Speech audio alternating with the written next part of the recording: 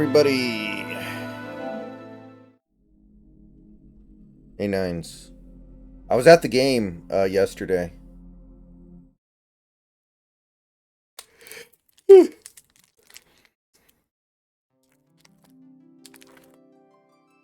But I gotta be honest, tonight was not fun. Tonight was not fun for me.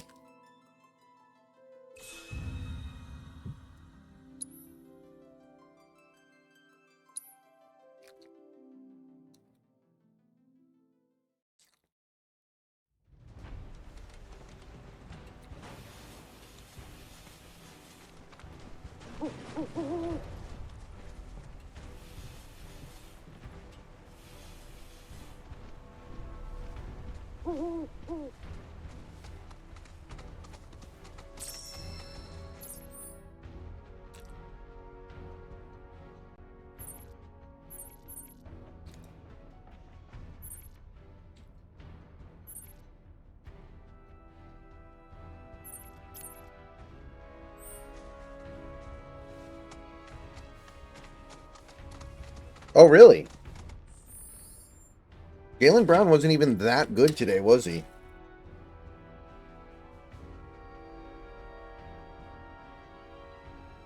I didn't know what they were gonna do.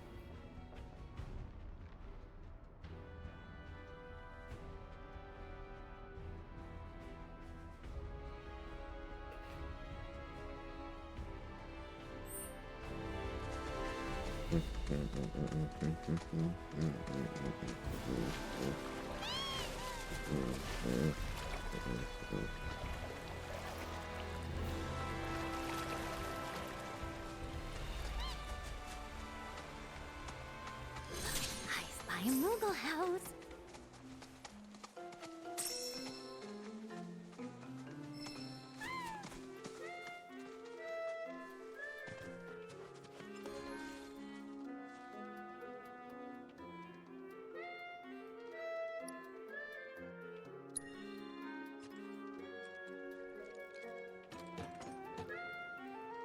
Honestly, I thought you could make a half-decent argument for Jalen Brown. I'm sorry, Derek White. Please bring back all the Mooglets for me, Kupo. Felt like he could do no wrong that whole damn series.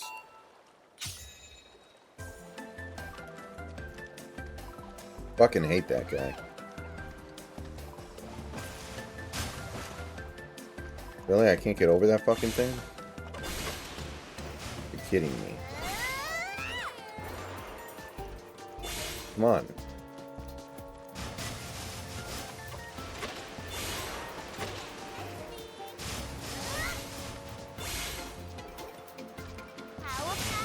Oh god, this one's fucking chaotic.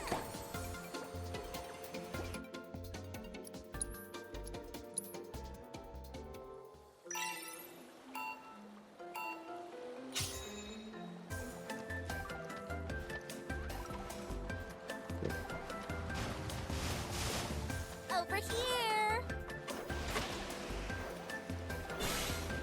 What do you want?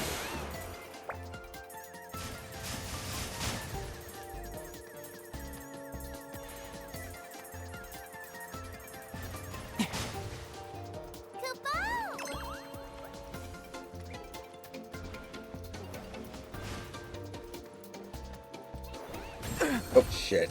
That was a really bad L.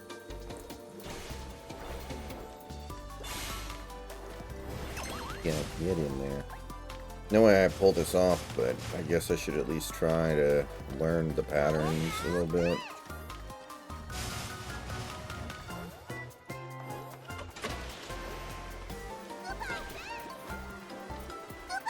Bro, what the hell?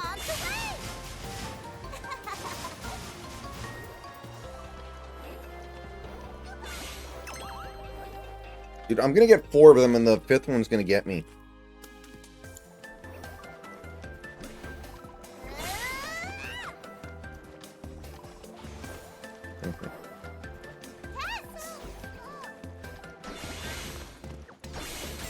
When's the next Stanley Cup game? Oh, damn it. Okay, well, at least I didn't get 4 before. Oh, wait a minute.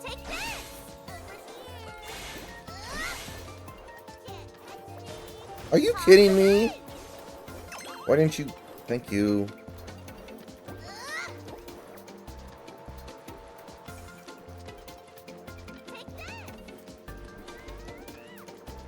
Oh shit, there's only one left. Beer. When is Scherzer supposed to come back for the Rangers? Over here.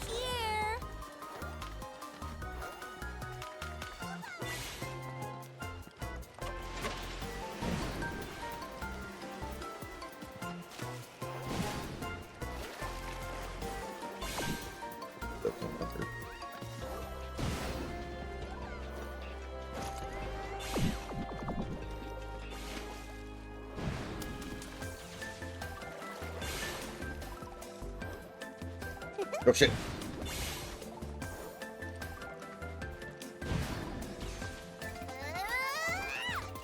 God damn it. Oh shit, I almost got. Oh shit. Dude. Why do you keep going this fucking way? God damn it, there's no way up on that side. I don't even know why they let you get up there if you can't, like, jump the fence. So slow.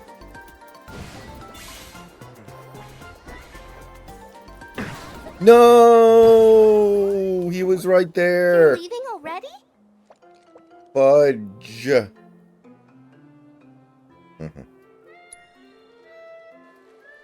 Well, it's not like their offense is doing good anyway, either way.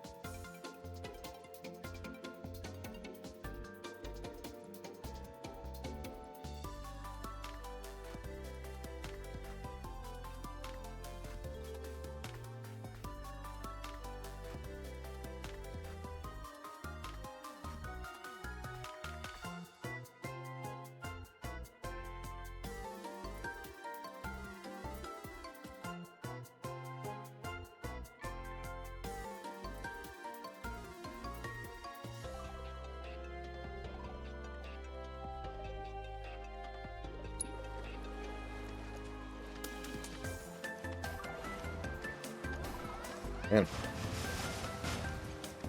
So slow.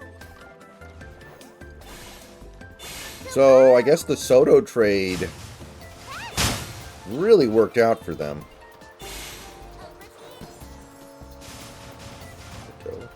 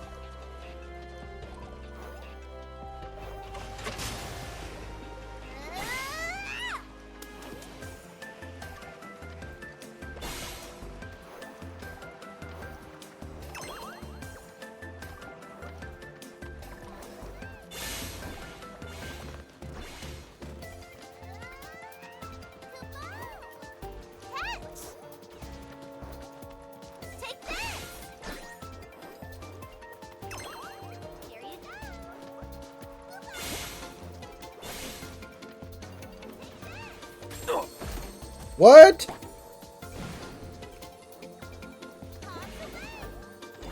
I didn't see a banana on the ground. I didn't see a banana in my pants. Okay. I think the best strat for this one is to get him on the damn Slow. tornado thingy.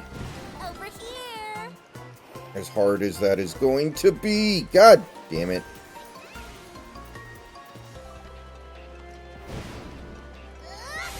I don't have time for this. You little shit. Get. No. You go this way.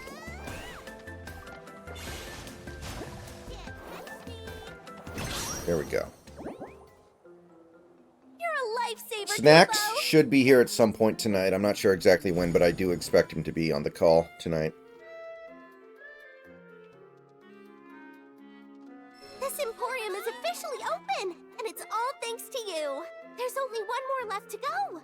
We've come so far, Kupo. I hope that you'll see it through. Over here. Kupo!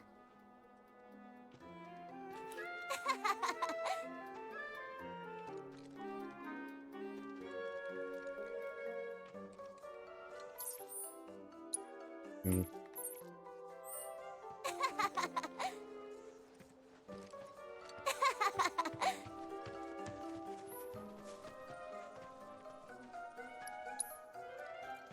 Please shop to your heart's content, Kupo.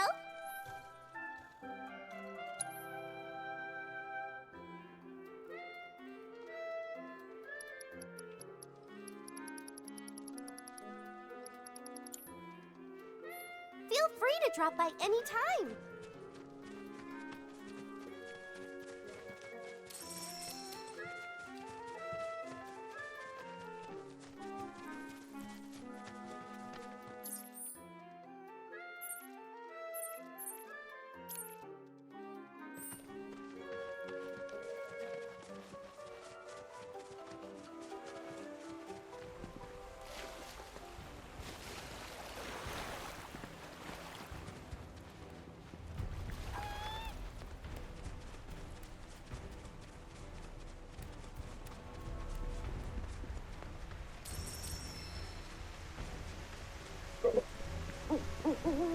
Okay, I think I need the chocobo.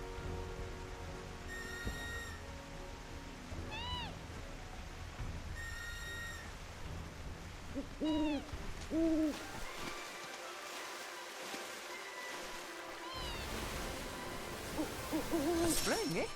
Shall we have a wee shift, eh?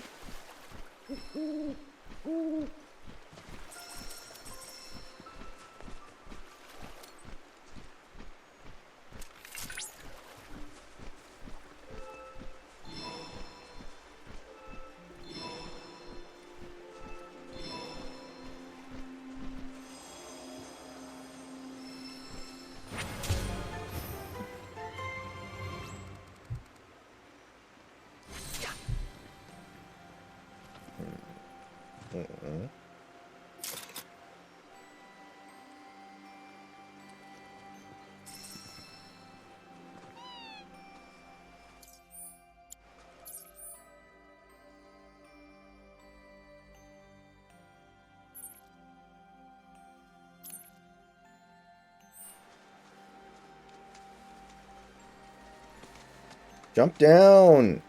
There's water down there. It's fine.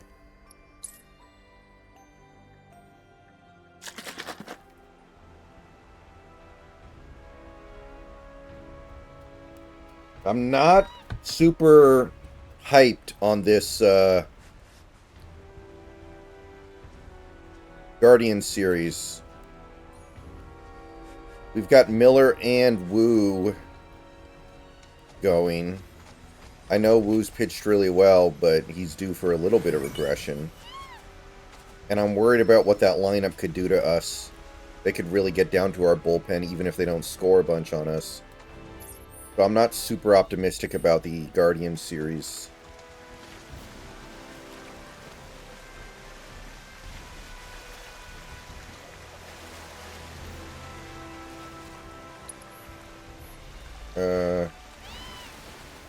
There we go.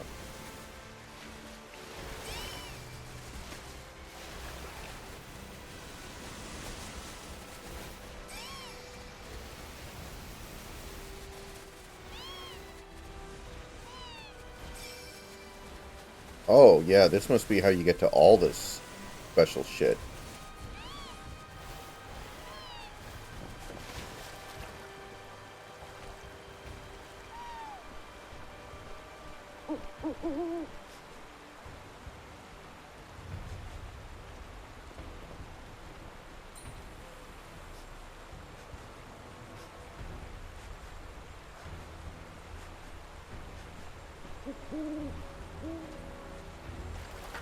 I forget, who were the good pitchers on the Indians again? Like, Bieber's done for the year, right?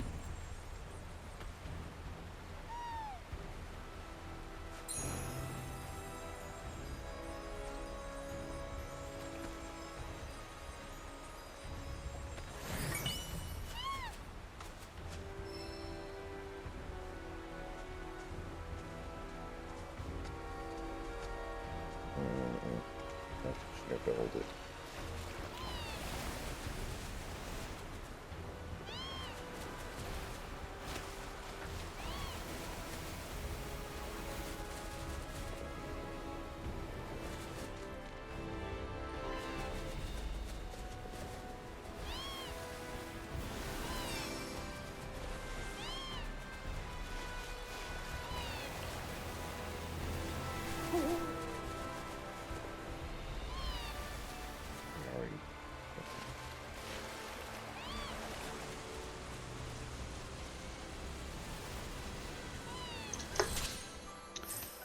Jaylen Brown, Finals MVP.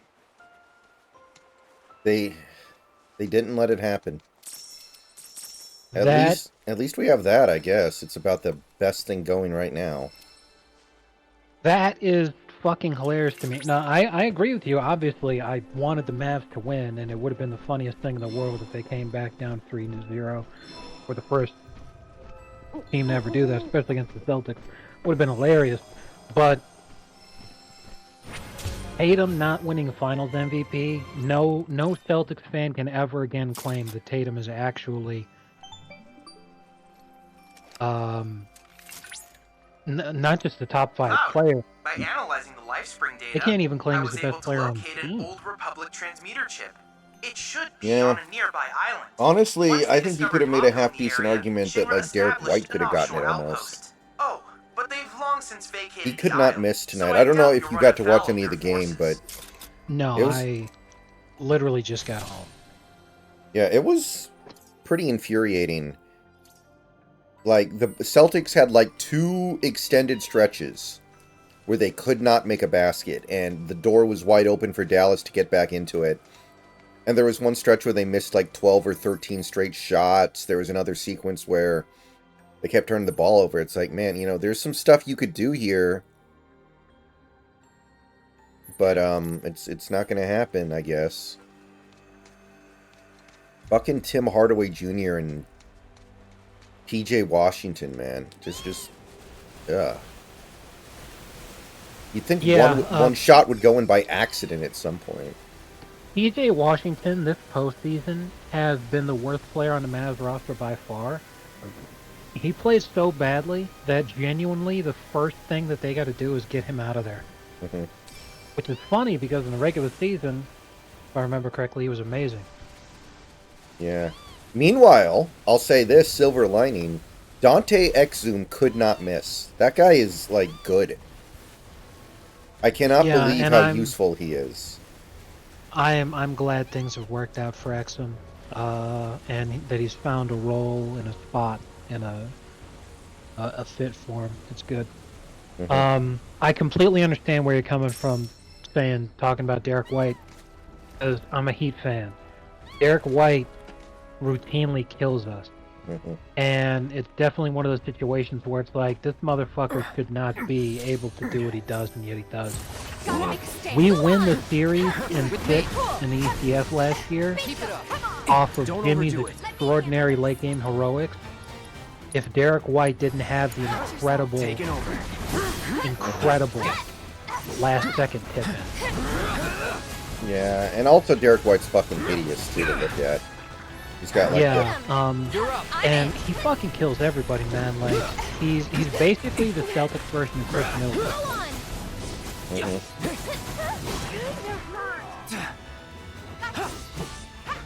Between Derek White, Drew Holiday, and Kristaps Porzingis, the Celtics have the most complete roster in the NBA. Allow me. Mm-hmm.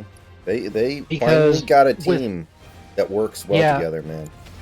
With the way that Al Horford plays, he would be capable of being the starting center on most teams in the NBA. And they actually have him coming off the bench. Let's go. Yeah, I just really feel like we're not talking about this right now. The Timberwolves didn't randomly start making a bunch of fluky shots in the And fourth right, quarter. and that's what sucks is you can sit there and say the Timberwolves deserve to win, but it doesn't really hold any water. Because when they didn't have insane luck, they got humiliated by Dallas. What carried them against Denver was Gobert was hitting jump shots. And that's the only series in his entire career where he's ever done that. Mm-hmm. So, Like he what literally hit like a turnaround fadeaway jump shot in the post in game Right, in game 7, and he'll probably never even try that shot again in his career. Exactly. It was just complete bullshit, you know, and it sucks. You take it on the chin and say whatever. But yeah, I mean, Oh yeah, Jokic definitely didn't do his job in that game at the end of that game as well. But there was some absolutely insanity going on with that Timberwolves offense in that fucking game. yeah. Plus, the thing with Jokic is, you're right, he should have been hitting shots. But the problem is, the rest swallowed their whistles because, you know, it's a game 7, blah, blah, blah. But when they know that they're not going to call any fouls, like, Jokic never gets the calls that he should. He routinely gets his ass beat every single game. He's constantly getting his shit kicked out. He should have shot, like, 30 free throws in Game 7 if they called the fouls the way that they should. I think every superstar's like that, though. Like, Luka complains on every single play. But that's because he gets fouled on a lot of them, and they're just not going to call every single one. Right.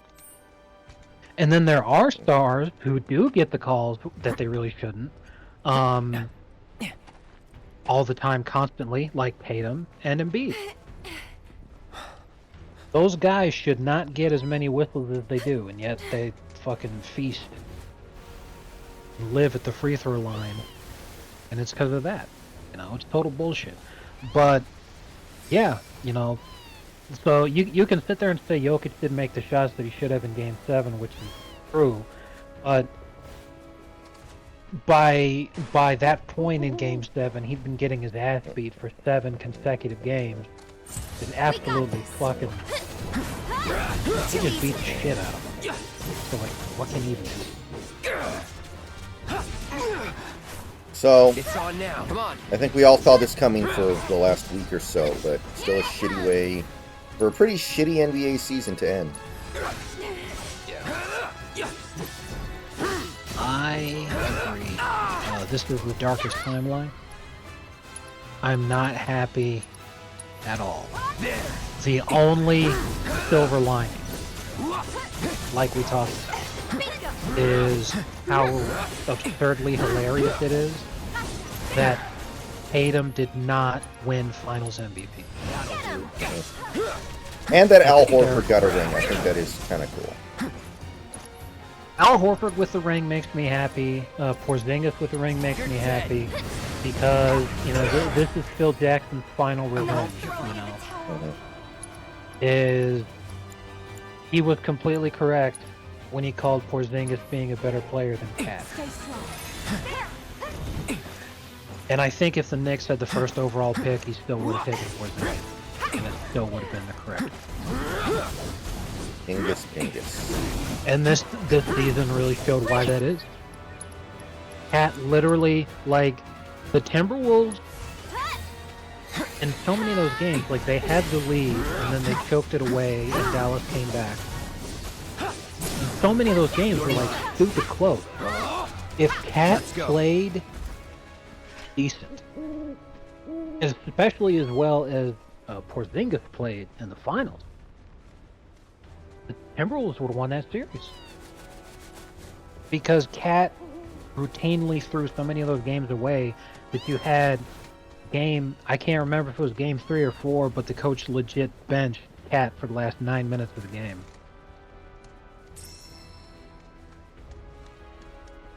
Which was hilarious. Alright, so completely off topic, but there was another thing that happened. Actually, I guess this happened yesterday, but it made me sad. Do you remember the subreddit that I posted my Masato story to a couple years ago? It was r/Masato Hentai. It has been banned because there was nobody moderating it, so... those original couple of comments that I got on that story are gone forever now. Yeah, it's unfortunate, but it will live on forever in our hearts. Just as the copy pasta itself will. And I think that's the important thing. Yeah, that copy pasta actually did get copied and pasted to several other subreddits, so it's still there. But the comments I got on the original one are all gone. Yeah.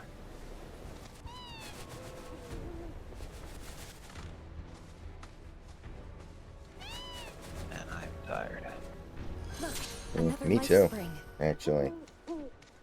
Now, let me tell you, I've already looked like a genius, for fucking taking the hours that I did. Because, I mean, it's not like I did it intentionally. I just signed up with the first thing that I saw, you know, given circumstances like I was telling you. But, working from noon to 7:30 is so nice. Mm-hmm. Because I got to dodge, my mom had a fucking autistic rampage meltdown while I was at work. So I just missed that whole thing, and by the time I come home, she's asleep. And I'm like, dude, How'd you know it happened then? because my sister was like, oh my god, you know, you would not believe what's going on right now. Is it always like this, or is it getting worse lately? Because it feels like it's getting worse lately. It's getting worse lately, and it's because basically all this kicked off a month ago because I yelled at her because of her dog, because I was working nights initially, and it was real far away, so like I was already pissed about so many different things going on. But like my first day, so it's like for my first fucking day, I had let her know for weeks at this point, hey, I'm working at these hours, I need you to keep the fucking dog quiet. And she doesn't do it. You know, and not only that, but she does like the laziest fucking shit. You know, like, oh hey, the dog barks because he hears movement and people talking right next to the front door. Let me just leave the front door wide open so the dog is non-stop barking. I'm like, hey, how about no? Pretty much any time I hear the dog bark ever, I go outside and I check, and yep, the front door's open. So I'm like, oh, what a surprise. Meanwhile, the fucking air conditioning's on. I'm like, you're just pissing away money, and you seem to think that this is fucking valid. So that's happening while I'm trying to sleep. I'd been asleep for like 90 minutes at that point and get woken up by the dog having a shit fit. I go down there and I fucking yell at her. And, you know, I guess to fucking traumatize her or some shit, but I'm like, dude, I don't care. You have to be courteous and considerate of other people if you want us to be courteous and considerate of you.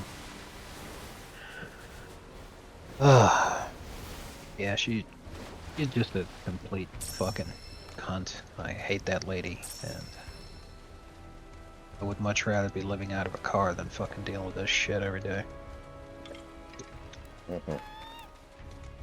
Not fun. I'd have to look at the numbers. I wonder if Jaylen Brown's finals MVP performance is the worst we've seen in quite some time. Like, maybe worse since at least Iggy.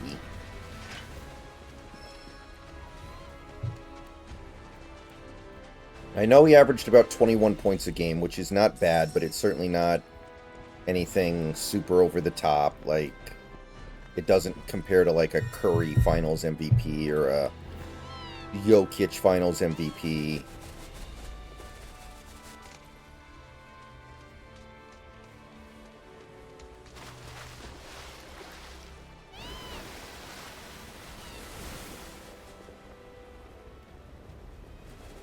Yeah, Jaylen Brown averaged 20 points, 20.8 points, 4.8 rebounds, 4.8 assists, 1.5 steals, and 1 block per game on 49-24. Bro, he shot 24 from 3.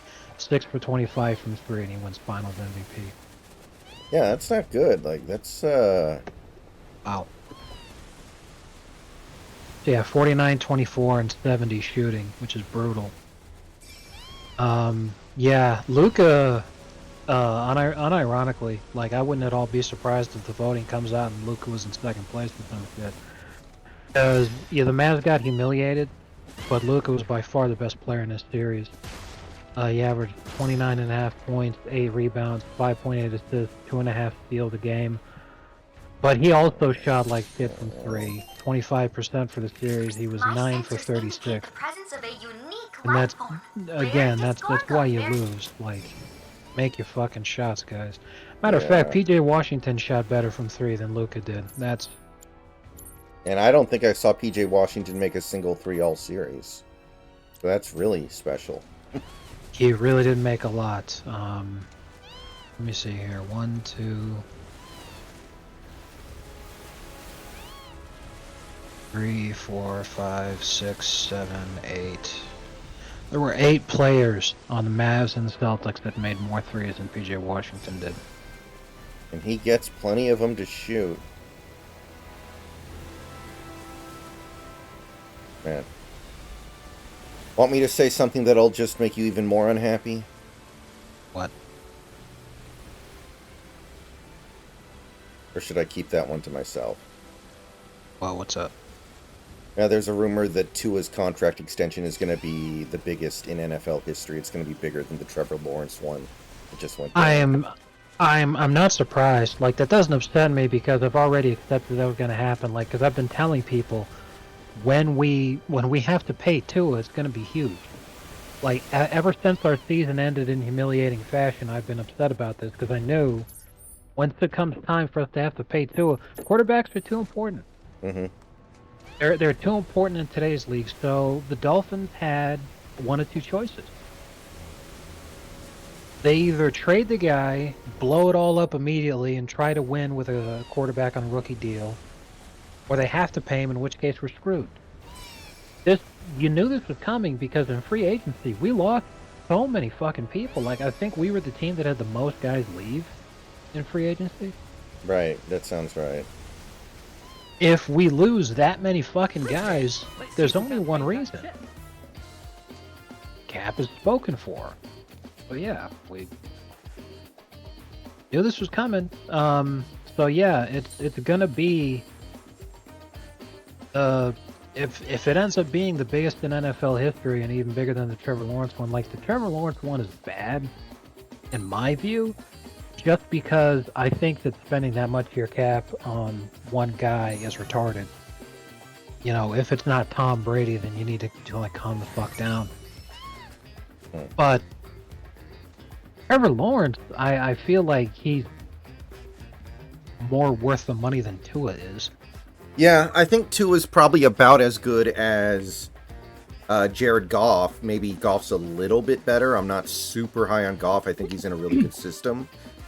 So, it's just, again, if you're a quarterback and you're good, it doesn't really matter how good you are, you're still going to get paid.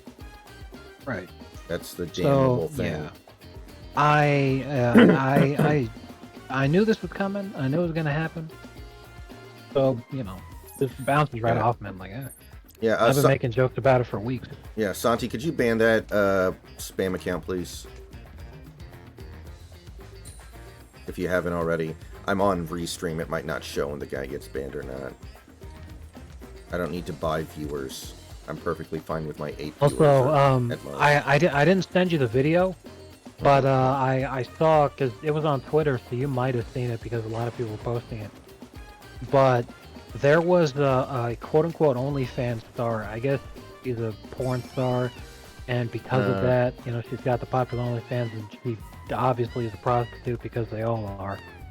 But a Eagles linebacker, Terrell Lewis. Yes, I've seen this. Yeah, he paid her to have sex with him, and then, well, he told her he was gonna pay her. And when it came time to pay her, he ran out on her. So, like, he fucked her in a hotel room.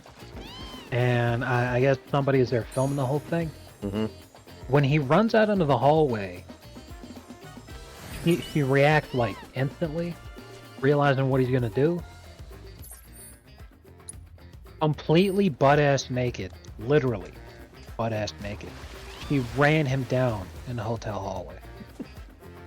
Pretty phenomenal. I was like, holy fuck, dude. How'd you think you would get away with not paying an OnlyFans girl? Like, it's stupid. Yeah, for real.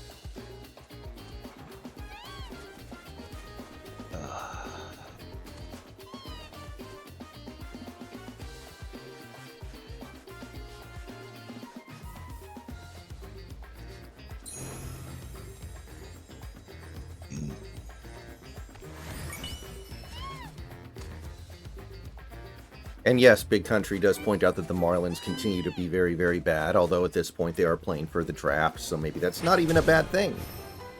Yeah, because we're 2/3 of the way through June. I was very disappointed in the first week of June when we sucked, Mm-hmm. because it made me realize that May was just a fluke. But by this point, yeah, like I think we've won 3 games this month so far, or some shit. Yeah, like I'm well aware of the fact that May was a fluke, and that we're probably the worst team in baseball. You are not worse than the White Sox. No way. The White Sox are a different level. Let's go. Then I will say I think we're the worst team in baseball that's not intentionally trying to be bad. That may be true. The White Sox are 1,000,000% they've thrown in the tank. The Marlins are actually fine. That's over. But yeah, we're just accidentally bad. In which case, in my view, that makes us the worst team, because if the White Sox weren't trying to be bad, we'd be worse than them. Oh shit, I just remembered there was a new Smiling Friends today. I haven't watched it yet. But yeah. I should have watched it instead of that shitty basketball game.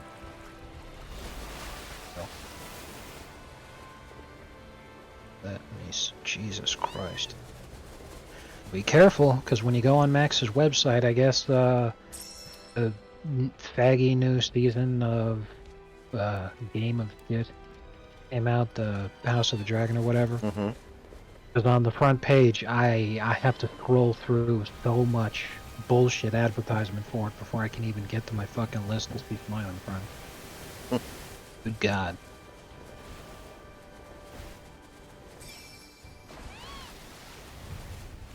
Alright. Yeah, I'll watch it tomorrow, I guess, at this point.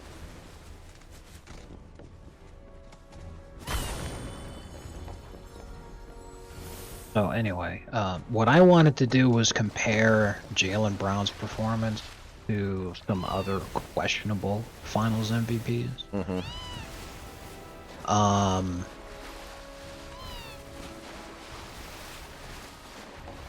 I thought Tony Parker in 2007 did not deserve Finals MVP, but I'm looking at his stats now, and again, to me, they're not better than Tim's, and Tim got fucking robbed. Won't take long. Because they just wanted to hand it over to Tony because his wife was Eva Longoria at the time, so they thought it was good for him. But Tony's numbers are way much better than Jaylen Brown's. Well, yeah, that's because Parker was being guarded by, I think, what was his name? Boobie Gibson? Yes, Daniel Gibson. However, he was coming off the bench. Yeah, he so had. I he's- remember Parker had a really easy matchup that series. So, like that's a tough one, right? Like he only put up dominant numbers because of his competition. The guy, his matchup was so good, but he still put up dominant numbers. So does he deserve it or not? Right. That's tough. Yeah. Series, he was being defended by Daniel Gibson and Larry. That's that. And I think Duncan had like one game that was really, really bad that dragged down his averages, and he wasn't able to overcome that. That's that. I'm not sure though. It's been a long time since I looked Nothing at that. to But it. yeah, Parker's numbers were way better. I'll check right Brown. now. Like Iggy's probably the worst because Iggy got it because he defended LeBron, and Right. even that's not good because like LeBron averaged like 80 points a game, so who cares? Yeah, you're right. Tim in games 1, 2, and 4 fucking popped off, but in Mhm. game 3 he struggled. Uh-uh. Brought L averages down, like you said.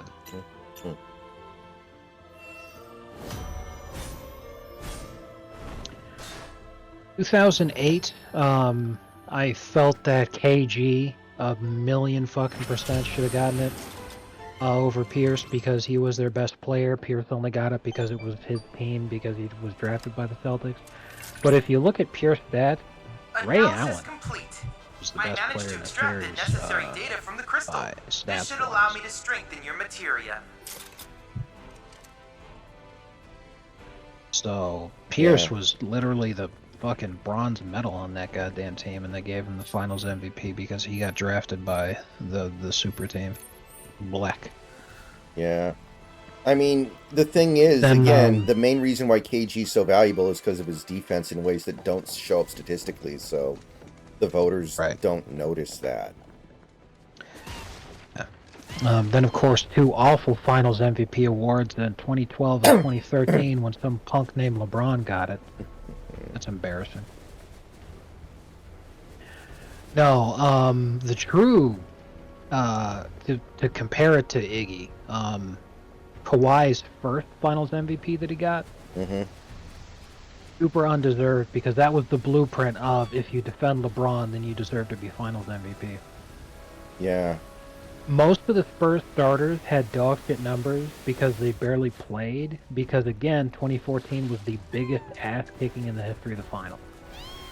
Couldn't hurt to check out Largest spring. margin of victory per game ever. So, because of that, the numbers weren't high. However, Kawhi scored less points than Tony per game, and Tim is the only guy who had who averaged a double-double in anything at all. Like, his numbers were fucking bonkers. Plus, he shot out of his fucking mind. Giving it to Kawhi because he was, like, the second leading scorer, barely. When Good they news, Cloud. barely That played any live spring fucking yielded minutes at all because of information just on a very the rare complete being. ass kicking that was The going on. King Zoo rules the skies Just of because he evil. defended Now we know LeBron, where it like roosts. that was Seeing the as this blueprint talon's too. terror If has you been causing guard trouble the for the Black great Rose, one, I you suggest have to clip its receive wings. Finals MVP. Like that's just total horseshit. And of course, Iggy's Finals MVP was absolutely disgraceful, like you said. Mm-hmm. He averaged 10 less points than Steph. Like, And he was being left wide open from three, like, every single time. Like, he was literally open by 8 feet every time he shot. right. God, that is without a doubt the biggest robbery in the history of Finals MVP awards, giving it to Iggy instead of Steph. And that's what sucks, is that, like, doing that really hurt Steph's all-time ranking. Because he a million fucking percent should have got it, you know? Mm-hmm. That is just Yeah. disgraceful. I actually did a study on that Big Country, the best finals performances ever. Giannis was actually very compelling. Like, that was an incredible performance that I think people Yeah. kind of sleep on a little bit because it was And It's so and it's recent. sad that they, right? It's sad that they do, because since the Bucks, it's easy to think, well, the Suns, they were the worst team to make the finals in the last 10 years. The Suns went off to a commanding 2-0 lead, and they looked unstoppable. It looked like people were already crowning Chris Paul. They're like, look at that, greatest point guard of all time. He's finally getting his due. And they were already saying, you know, they were talking about Devin Booker the way that people are talking about Shea right now, because of the way that that series was going. And then Giannis just came out of fucking nowhere and just dropped banger after banger and just willed his team We to won't victory. hold back. Ready? But yeah, you know, it's like, it's not one of the things you want to think about as being an all-time great performance, because it's been so recent. You can't be like, wow, that's like the best we've ever seen. People don't want to think like that, but it's easily the best finals performance from an individual in the last 5 years. Certainly from the guy who actually won finals MVP. With me. I'm here. Like, hold on, let me grab the list here.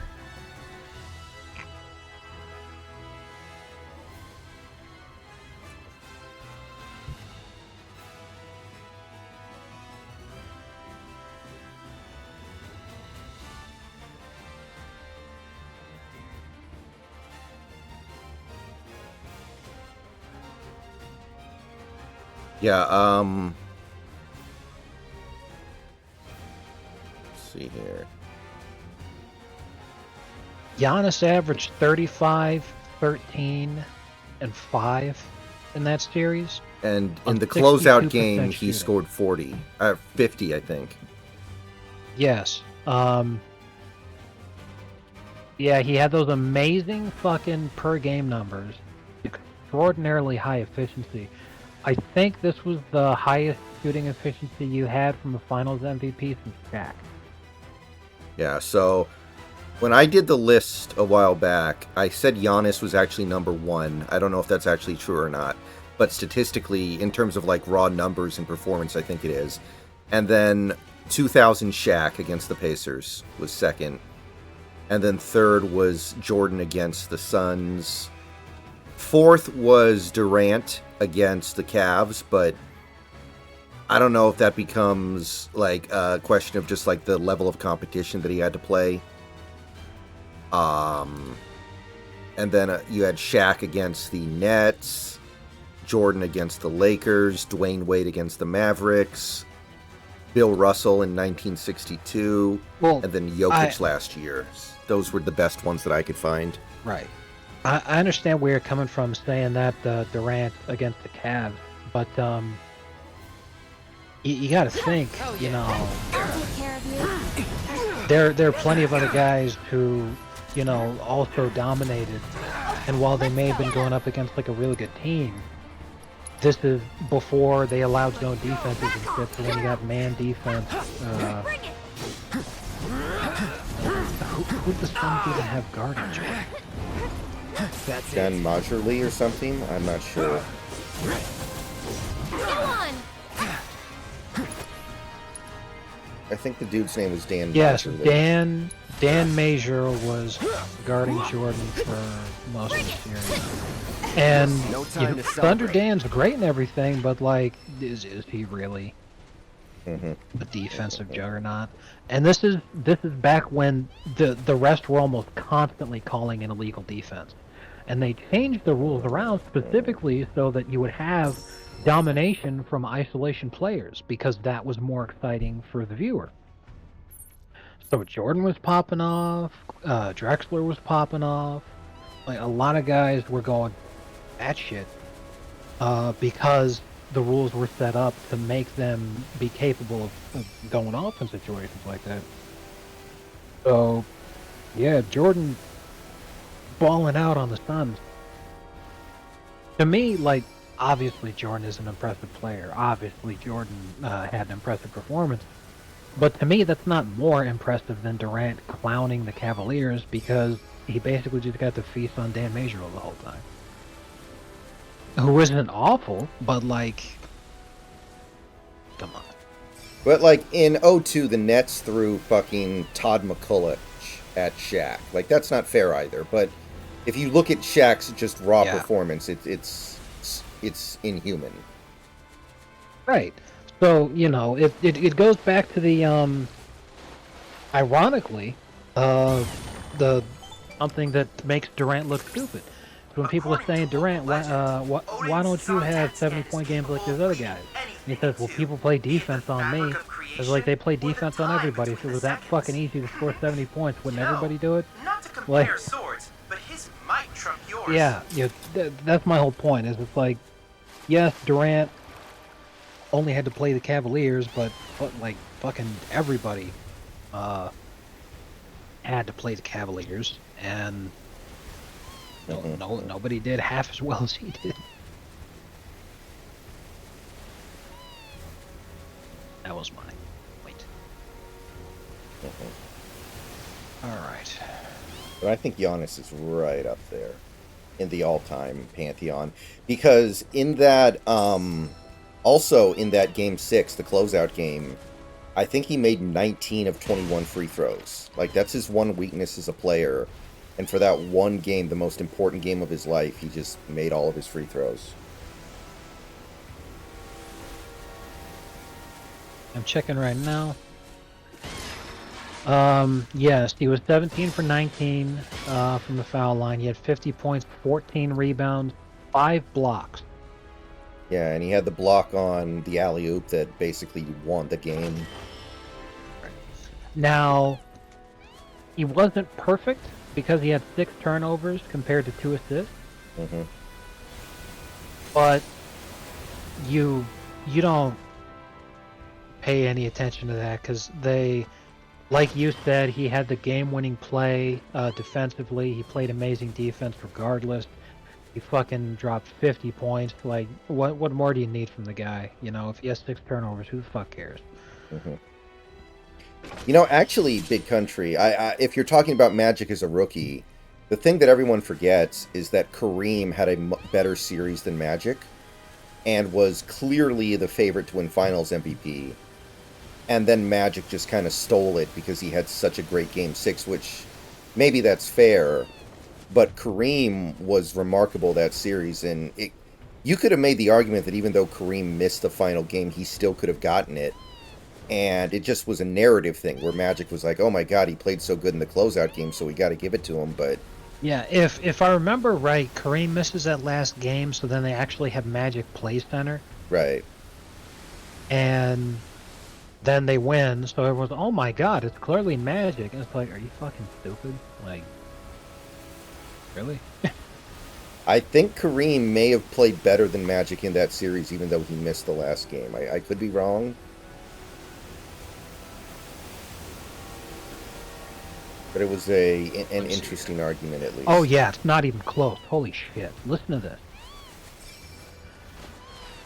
Kareem's averages the series. 33.4 points per game, 13.6 rebounds, 3.2 assists, 4.6 blocks. Now here's Magic's averages. 21.5 points, so 12 fucking points less. 11.2 rebounds, less. 8.7 assists, which you'd figure since he's the guy running the offense, but it's only 5 assists per game more than the center. Mm-hmm. And 2.7 steals per game, which is 2 fucking of the defensive stat less than what Kareem had. Mm-hmm. Kareem damn near 5 blocks a game, 33 points, 13 rebounds, and 3 assists as a center. Yeah, he only played 5 out of the 6 games, but he fucking crushed the 76ers. That is why the Lakers won. Kareem absolutely dragged his dick all over Philadelphia's face. And then they gave it to Magic because... It was a narrative thing. It was like, oh, he stepped in for the closeout game, which, I don't completely hate it, but I do think that Kareem probably played better in that series. Brendan, do you think Kyrie returns next season? I don't know why he wouldn't. Like, Strong, okay? whatever you want to say about this series, which a lot went wrong this series, the Kyrie-Luka marriage has actually worked phenomenally well. Yes. Just the main reason that the Mavs lost is just because they didn't hit their fucking shots wide open. The one game that they did, they won by 40.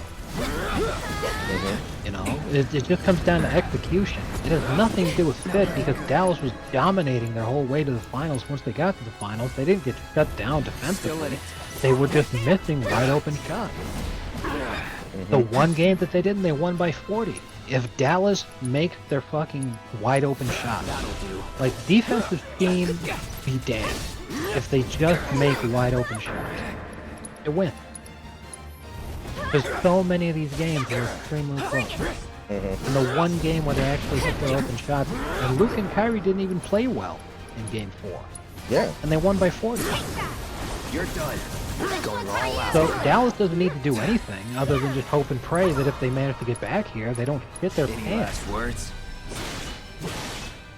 Let's go. And It did the absolute best that he could. He can't make the shots for him. yeah, now they've lost the Mark Cuban stench, which is obviously a big deal. You just have to hope that that's enough. I'm looking at right here. I believe this is why Magic won based off of narrative. Every game in the series was close except for Game 6, which was the only blowout. The Lakers won by 16 points. Every other game was like less than 5. Or 5 or less. So, because Kareem's not there, Magic had license to chuck. So he scores 42 points. Because he's playing the center, he gets 15 rebounds. And yeah, that's pretty much it. You know, Kareem is famously kind of salty and kind of a... How should I put this? He's famously a little, you know, just kind of angry at the world. He's not a very happy person, it seems like. So I wonder how much that pissed him off that he lost Finals MVP to a rookie. Probably drove him fucking insane, especially because, like, it basically established the pecking order for the rest of his career, where Magic was always the guy, and then Kareem was just there, which to him felt like it was total horseshit, because he's like, this is my fucking team, and I'm still the guy putting this team on my back. It reminds, like, I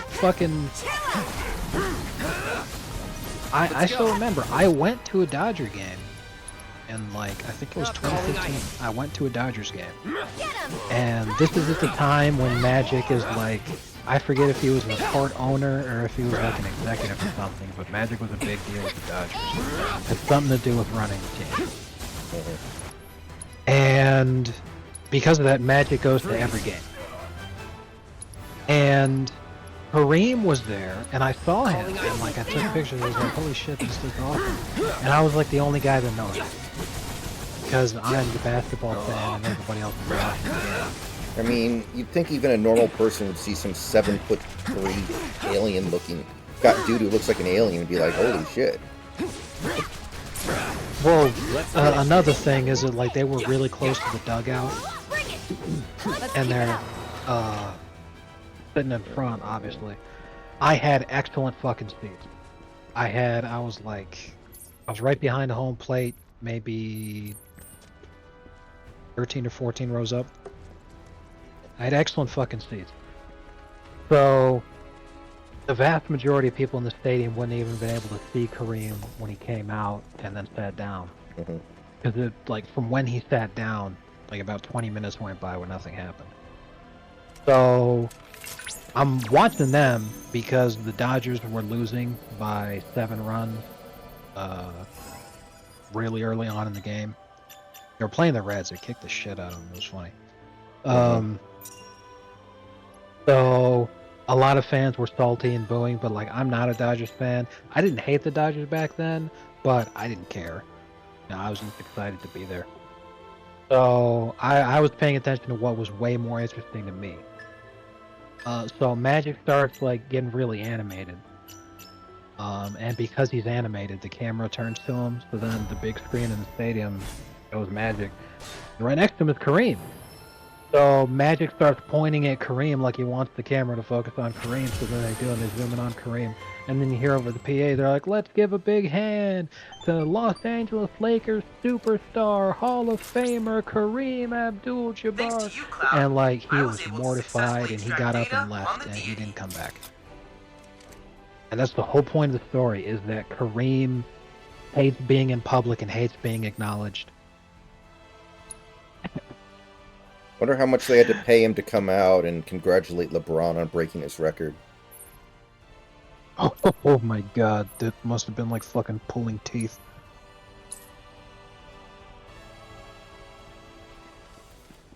I can't even imagine, bro.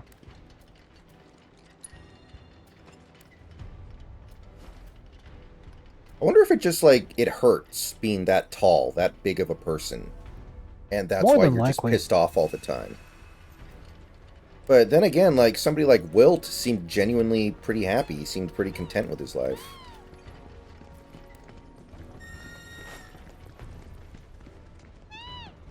And I'm sure you're aware that Wilt and Kareem famously hated each other. Or at least Kareem hated Wilt. I don't know what Wilt thought of Kareem.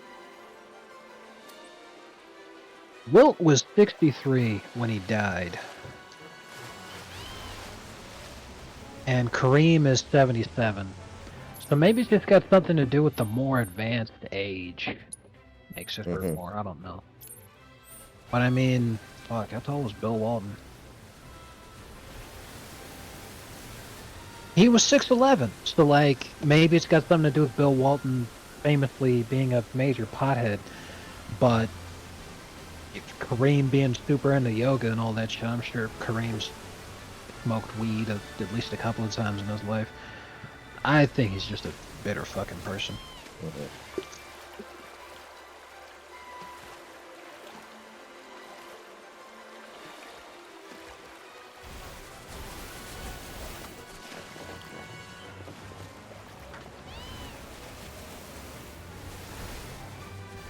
That's a decent amount of choco grass, I suppose.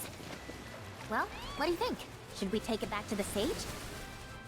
Like, Magic doing that as a rookie is amazing, but the irony is it made everyone completely forget about the real reason why they won that series. And yeah, knowing Kareem, it makes you think of like when Pat Riley was accepting the trophy for the title that the Heat won in 06. You know, the one where he took over for Van Gundy. And when he was giving his speech right after the game, he was like, "This is the best one. Like, you know, this is the best title I've ever won." And I remember thinking, like, Kareem cannot be very happy about that. Kareem did not appreciate those comments from Pat Riley. Fucking Sunrise's Kareem is not happy about that.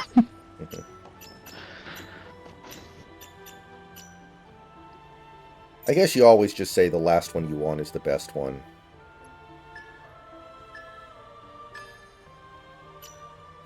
I gotta say, I think, you know, of course, not every championship that Pat Riley had been part of had been won at that time. When he said that in 2006. But I gotta say, I think the best one is probably the famous repeat in the late 80s, the last one that the Showtime Lakers won, because Pat called his fucking shot. Yeah. And he was right. That's gotta feel fucking good. Like, I don't think anything can top that. Yeah, especially because of how illegitimate Game 7 was. The Lakers fans literally ran onto the court and tackled Isaiah Thomas with time left and the Pistons down 3. It was really weird. It was like, I think the Lakers had just made free throws to make it a 3-point game. The Pistons inbound the ball to Isaiah Thomas. They're down 3 with a few seconds left. And then the Lakers fans just stormed the court. Isn't that moment the reason that they rope the court off now when it looks like it may result in a game championship win? Maybe. I would certainly believe that.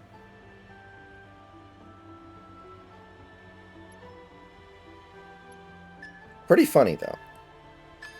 Oh, yeah. Absolutely. Yeah. Damn it, I was close.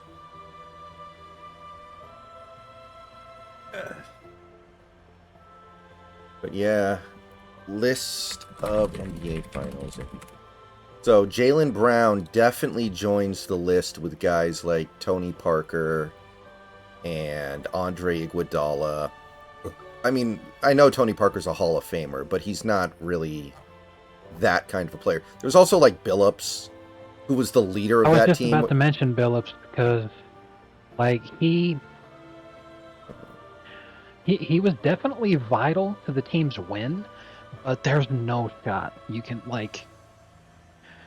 They gave it to him because he was the leading scorer for that series, and of course had the most assists because he was the point guard and everything.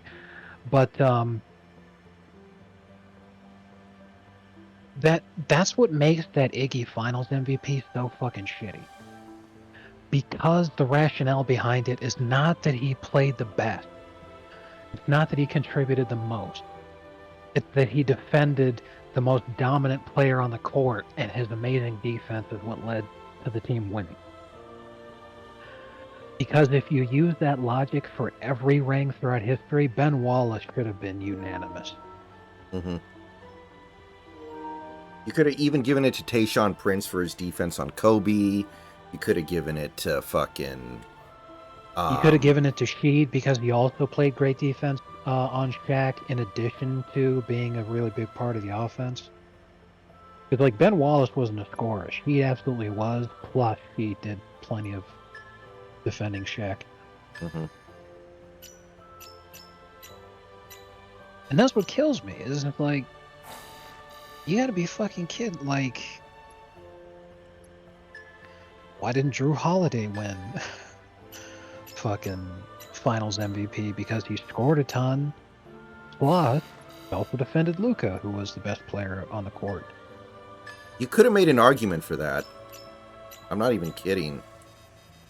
Right, and that Iggy Finals MVP ages like milk, and it gets worse with every consecutive year. Because the logic that they used for why they should give it to him only ever applied once before. And once since. And it was just the year immediately previous, where people like LeBron is so amazing. Oh my god, whoever defends him has to be Finals MVP if their team wins. What the fuck? Yeah, so the only player to win Finals MVP and not make the Hall of Fame is Cedric Maxwell, and eventually Iguodala will join that list. And probably Jaylen Brown now too, because I'm sure Kawhi's going to get in. Of course LeBron and Durant get in. Giannis gets in, Curry gets in, Jokic gets in. So yeah, it's just those three guys. Now, like, Wes Unseld didn't deserve to win Finals MVP the year that he won it, but at least he was a really great player. Yeah. Wes Unseld averaged 9 points a game and won Finals MVP. Jesus. I'll be right back. Mm-hmm.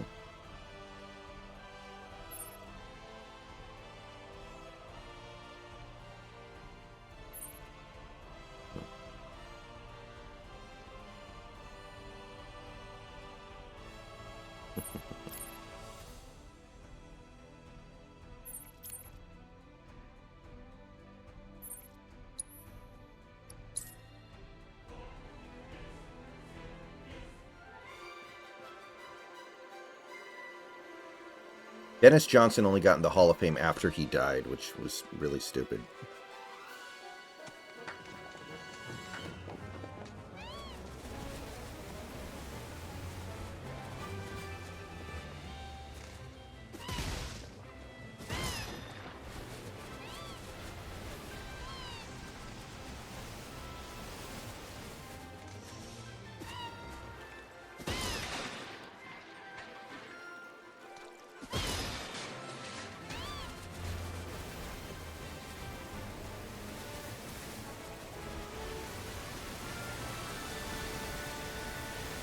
Alright, yeah, I'll be back in a minute. Okay. See ya shortly.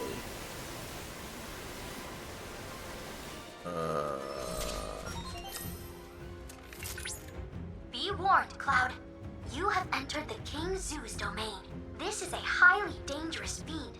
Proceed with Oh, I'll bet I extreme can't do this caution. yet then.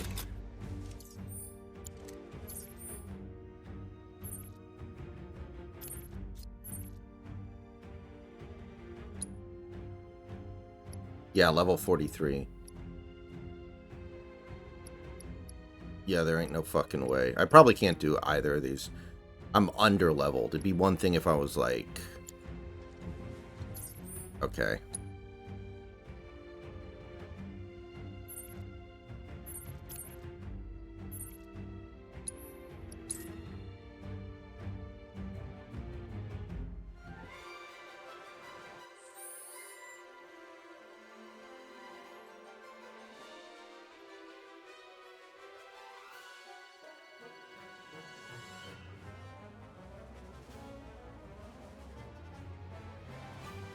Be right back, everybody.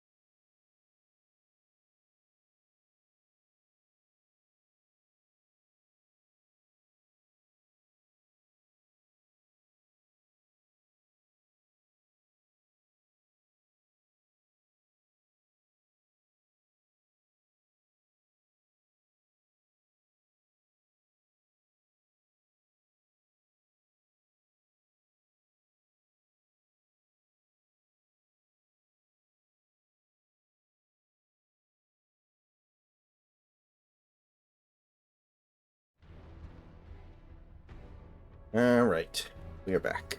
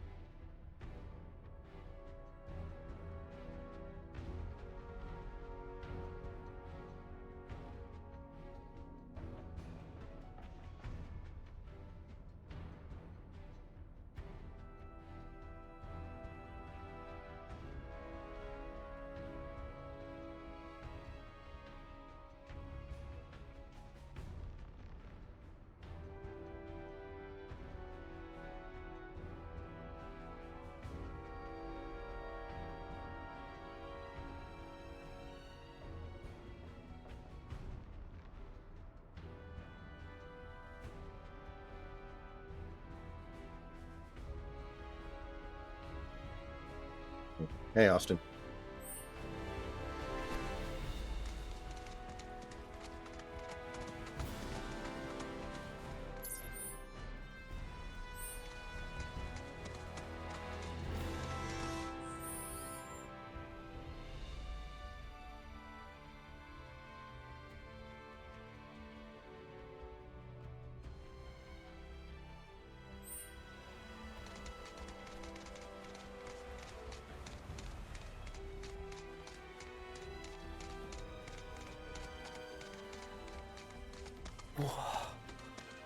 No. I kind of feel like it is, Santi. We didn't even have like a super compelling MVP race. I felt like, at least not really. Wait, what? I thought...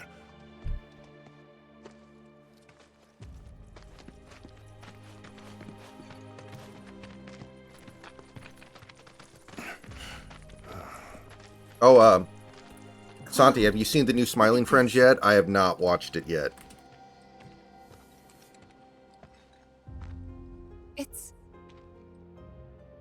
It's brand new.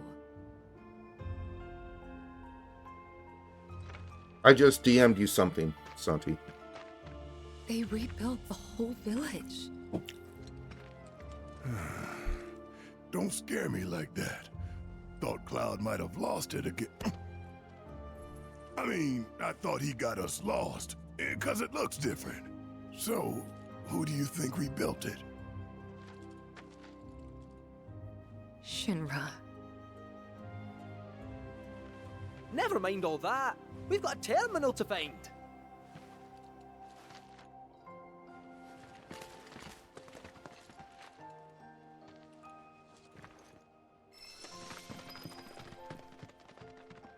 Hey there. Let me guess. Here to visit? Bowls are definitely not worthless, Austin. No.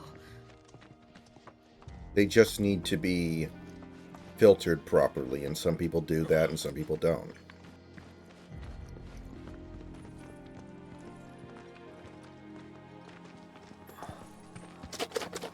Well, shit.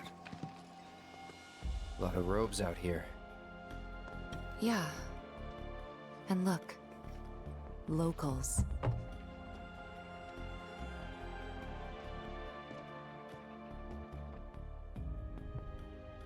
Oh, she's ugly. Only they aren't quite the same, are they?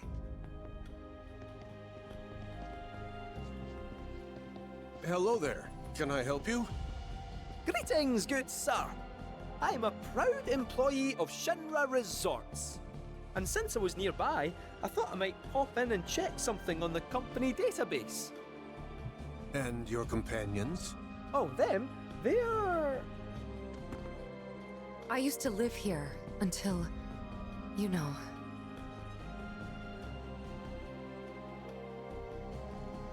I see. And are you aware of what Nibelheim is now? Nope. No idea. 5 years ago, Shinra assumed direct control over this village. It now serves as a treatment center for Mako poisoning. All property rights have been transferred. If that's why you're here, contact Special Facilities at Corporate. They'll be able to help you. very helpful. Thank you, sir. Ah, but the database. I'll not be a wee minute.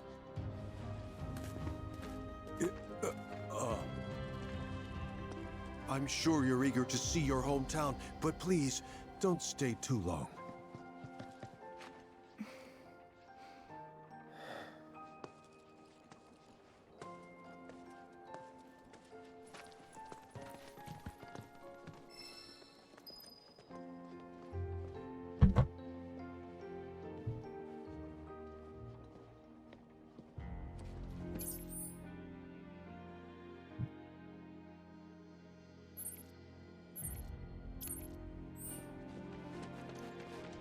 No need to wear yourself out. Let's rest.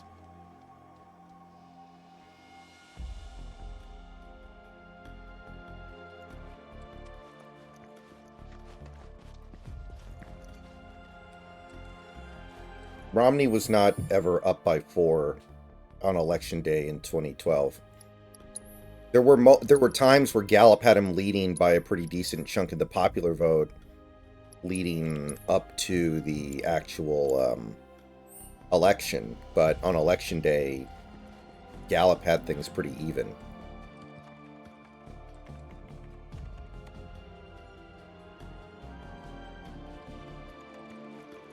The services we provide here are... My mom needs to move in with me.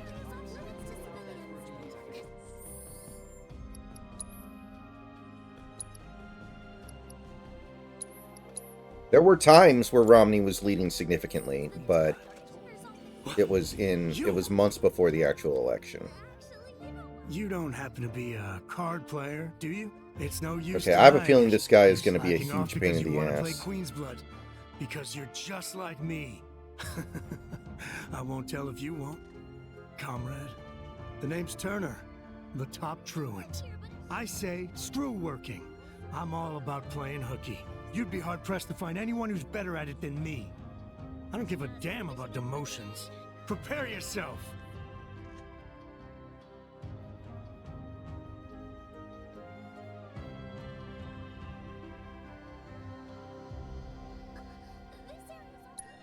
Yeah, kind of, Austin. There's some truth to that.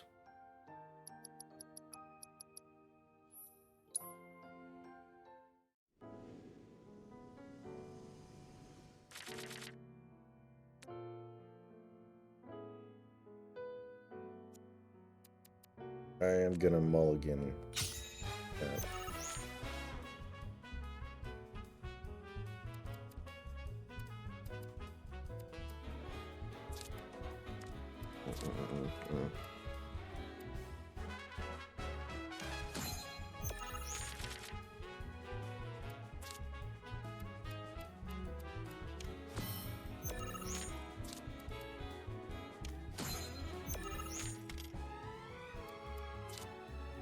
Honestly, my favorite thing right now is how much Democrats have turned on Nate Silver.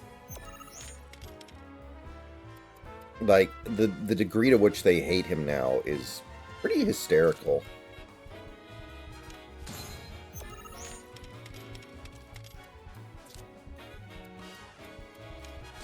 Man, this guy has fucking good cards.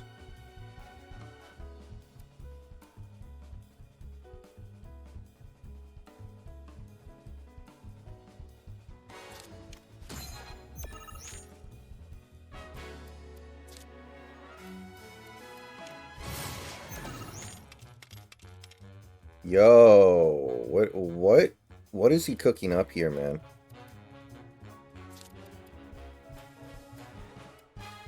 Shit. This isn't really what I wanted to do. I'm in a bad spot. This is not going to be fun.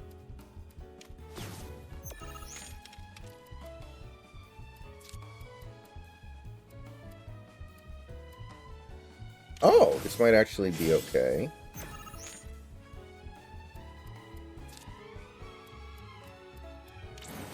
God damn it. I thought I actually had a play. Well, I could do it again.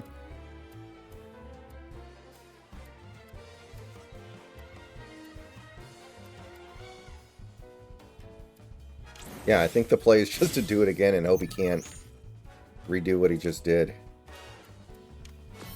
Okay, I'm not super angry about that sequence.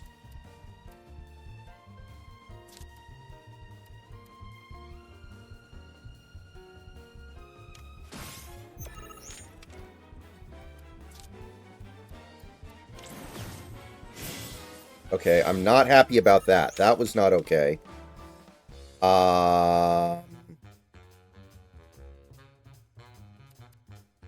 Shit, I don't think I have a very good thing that I can do here. I think I am screwed no matter what.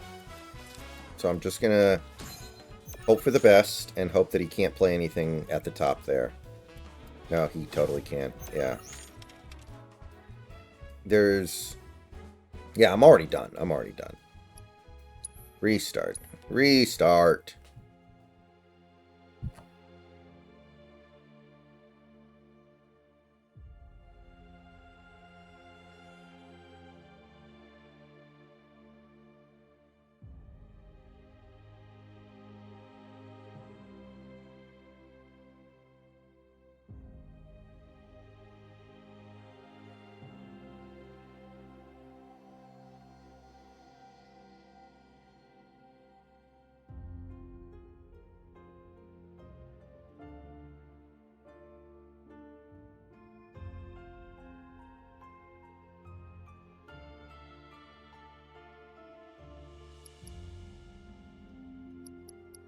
need to get rid of a couple of these.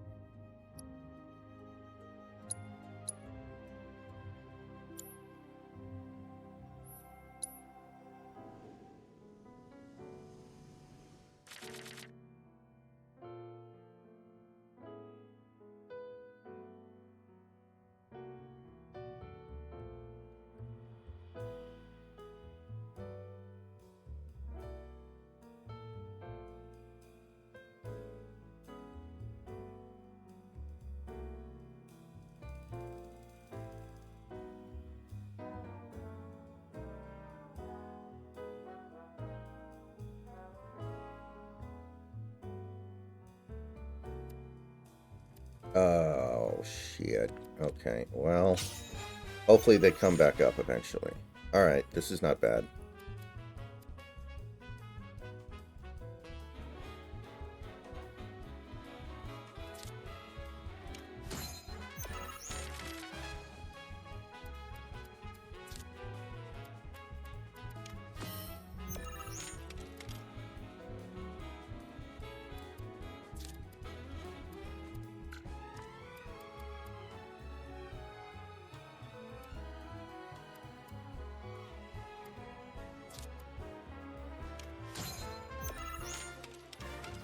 This would be a great time for me to get the fat chocobo. Oh, damn it. Okay.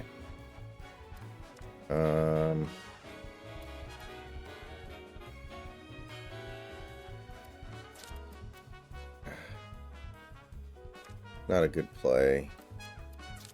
I might need a new deck, honestly. This deck might not be very good. Damn it. No. Okay, cool. He actually didn't have something he could play there that would work very well. Dude, where the fuck is the fat chocobo? Come on.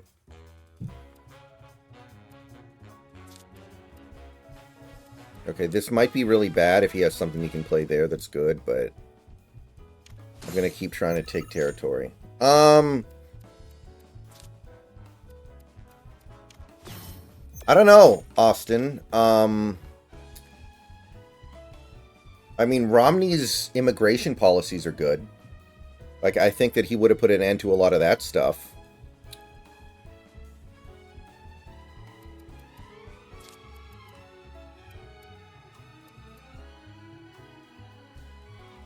You know, there would have been value there. I think in some ways, Romney's immigration policies are better than Trump's, but I don't know if anything good would have happened beyond that. Yeah, do I have anything I can play there? I don't think... Well, no. Fuck. That's such a bad fucking setup for me. Where the fuck are my three pawns? Dude, this is so fucking bad. I literally don't really have anything that I can do here that works. God, this is so bad. I need my fucking fat chocobo to show up this turn. I just had to fucking waste a nice little setup there. Oh my god, dude. Where is it? There's no way I win. Alright, I'm back. Sorry that took forever. Oh my god, all fucking mighty, dude.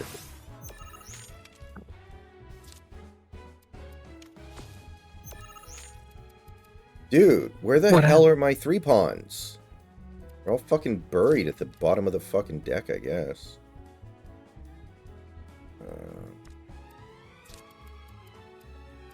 Hold on.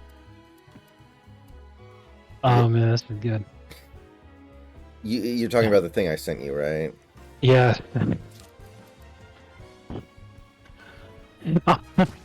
Oh man, what a great name for an award.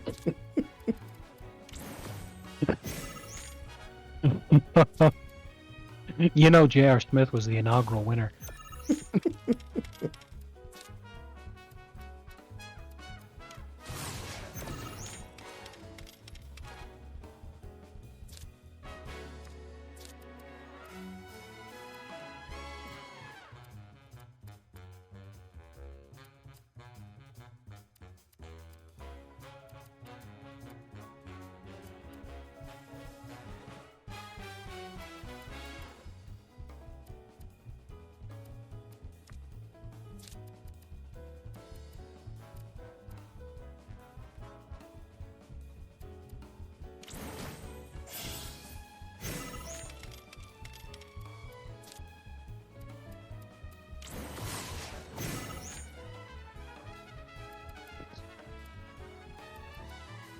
And did you see the tweet I sent you earlier today, by the way?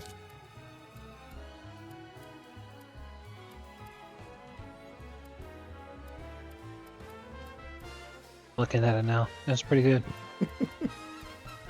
Yeah, I'm watching the Smiling Friends episode. There's already a fucking banger. A joke that's funnier than majority of other TV shows their entire episode in just the first 5 seconds. The very first word spoken in the episode, all the guys are in Mr. Boss's office. Mr. Boss goes, "At ease, men." So Pym just like lets out a huge exhale and his stomach just like explodes. Oh yeah, I saw that when I watched the episode preview on YouTube. Yeah, I remember. That was impressive. I didn't think you beat me so fucking easily. hilarious. When I entered contests on the clock, I always won. I remember Could that. you be more of a slacker than me? But I devote all my time outside of roll calls specifically to playing Queen's Blood. Oh, I see. You're unemployed. Living the dream. No, that's none of my business. You're a bigger fish. That's all. It was an honor to have played with you. I hope I'll have another chance someday. No one...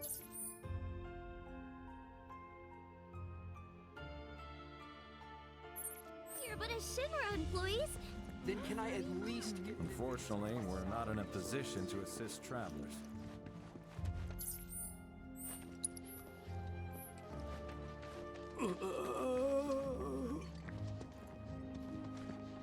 Question. This always been here? Yeah. It totally screams, climb me, doesn't it? So, let's give the poor thing what it wants and see the sights. Hey, don't just...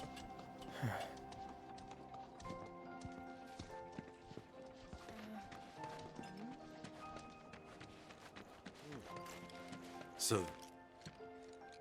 Oh, what a pleasant surprise. Say, why don't you and those robed folks pose for a photo?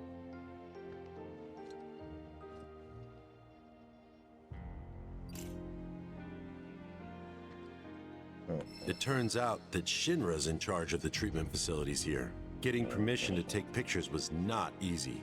All my photos will be reviewed, and if Shinra sees something they don't like, it's theirs. Just gotta impress those suits with some nice shots. If you find a good photo spot, don't hesitate to let me know.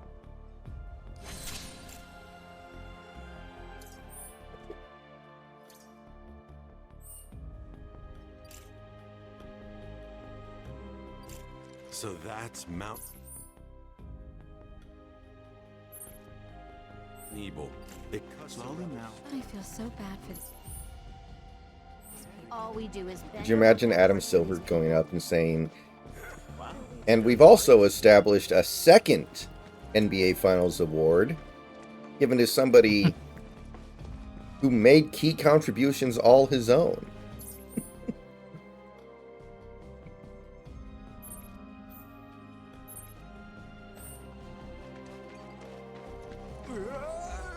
So those creepy outfits you see all the patients wearing? I'm not entirely sure why, but lately... You know, at this point, I wouldn't be surprised because I feel like that's Silver's legacy. I hear they're planning on building... As if our current patients... You know, the impact that he's leaving on the league as commissioner is inventing a ton of new shit. Just so he could say, "Hey, that thing right there? Yeah, that's me." Like the in-season tournament, dumb as shit, but yeah, that's Adam Silver. Or like all these different fucking end-of-the-year awards that they added for no fucking reason. Like, remember how long it took just to get fucking Rookie of the Year? You know, I came up around just They needed like 2 weeks to get through all the bullshit fucking nonsense awards. I mean, Adam Silver looks like he's going to die any day, so I guess it's very possible that all these random additions will end up being his legacy because he doesn't have much longer. Yeah, but to be fair, he's looked like an AIDS patient for like for you, but I since he don't know was 20. anything either. I just go where the company tells me, that's it.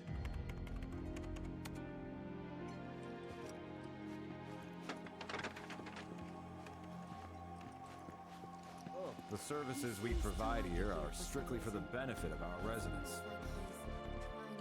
Then can I at least... I think Adam Silver and Kareem Abdul-Jabbar are part of the same species. Unfortunately, we're not in a position to assist. They're not brothers or anything like that, but they're the same fucking species. Here you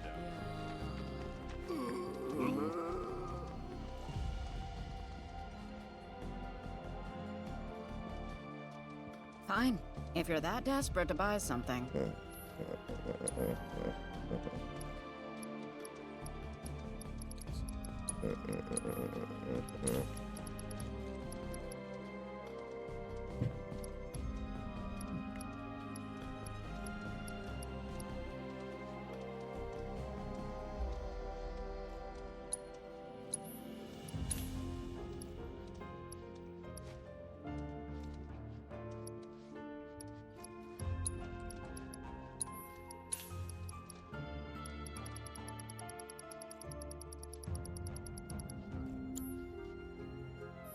It's nothing personal, but you shouldn't come back. It feels personal. I actually used to look after them. There. Just relax. Nothing to be afraid of.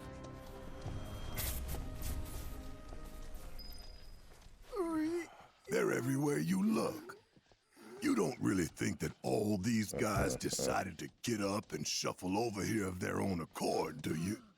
Course not. This is Shinra's doing. First, they raise a whole village because it suits them.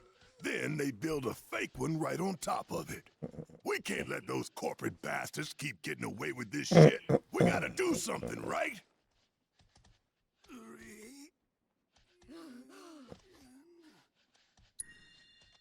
Not much we can do. That shit right there is how they manage to take over the world. They make you beat yourself. They keep telling you you're powerless, and eventually you start believing it.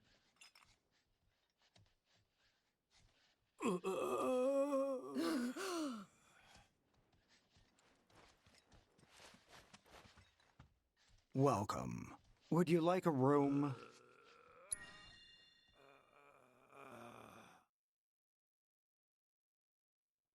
Safe travels.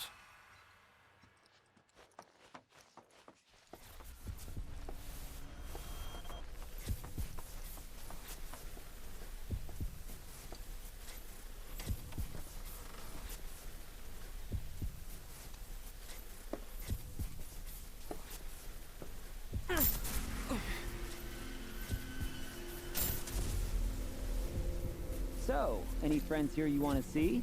Maybe a girlfriend? Speaking of which, I'll bet you're dying to hear about mine. Am I right? What? Not interested? I'ma tell you anyway. She's real pretty. No, beautiful. Kinda depends on the angle. She's just great to be around. She from Midgar? Yep, real city mouse.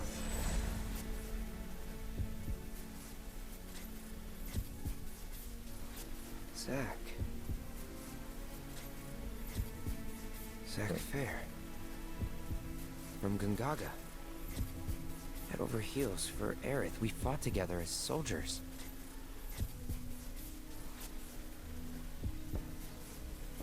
You were here with me. 5 years ago. You came with me on the mission.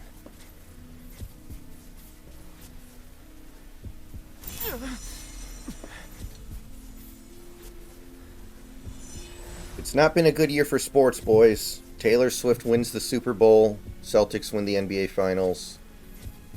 Where are you? We're not off to a good start. What happened to you? So hopefully tomorrow, at the very least, the Florida Panthers can finish it off.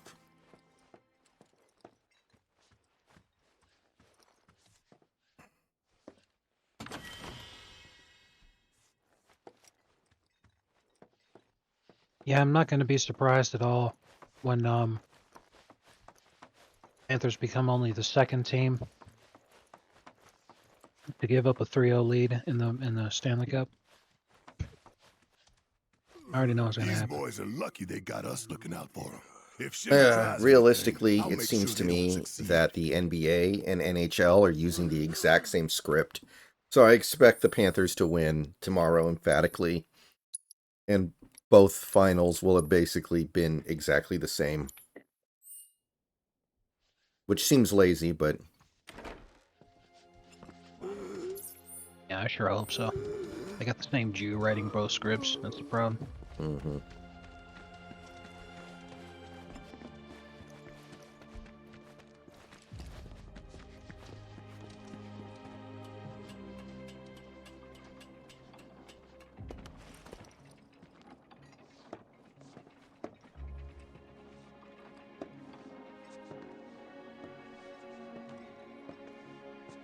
To look at this place, you'd never know. Yeah. So, the Portland Trailblazers traded 2 different all-star point guards this offseason. And one of them won the finals. Which one's your house? The other did not. That one. Brutal. Aw, looks cozy.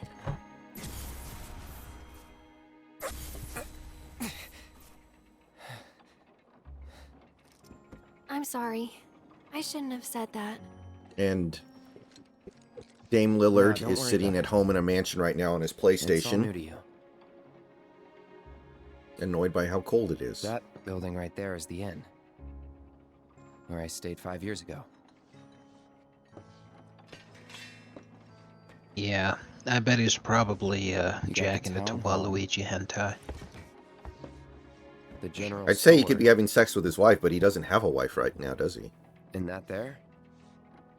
Tifa's house. Actually, that's a good point. Since it's the off-season, didn't he just like go back to Portland? Where is Damian Lillard right now?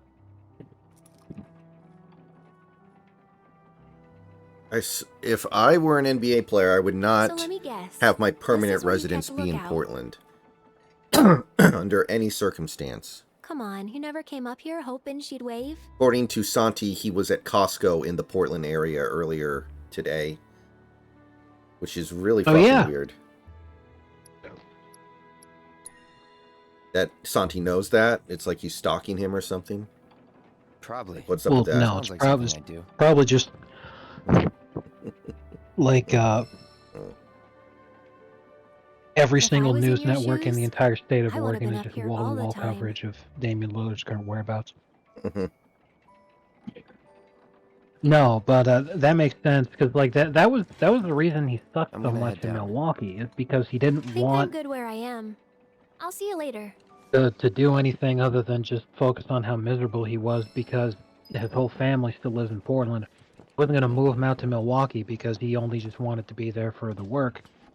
And he's also kind of not so subtly signaling that he doesn't think he's going to stay there for long and he's still intending to leave at the first opportunity. I wonder where he'd go next. Try Miami again is the only Yeah. thing I think of.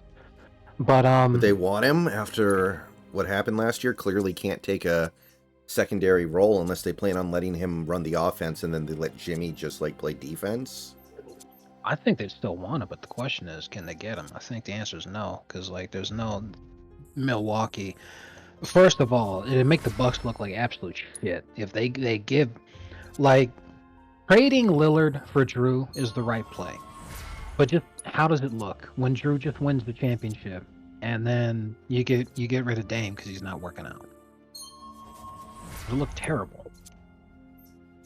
And even that aside, like if Milwaukee was desperate to get rid of Dame, we still wouldn't have enough to actually get him.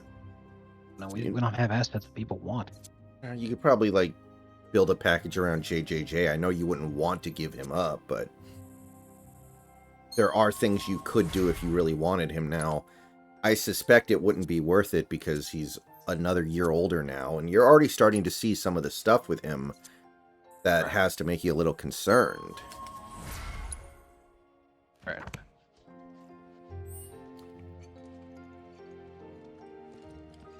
You used to live here a long time ago, right?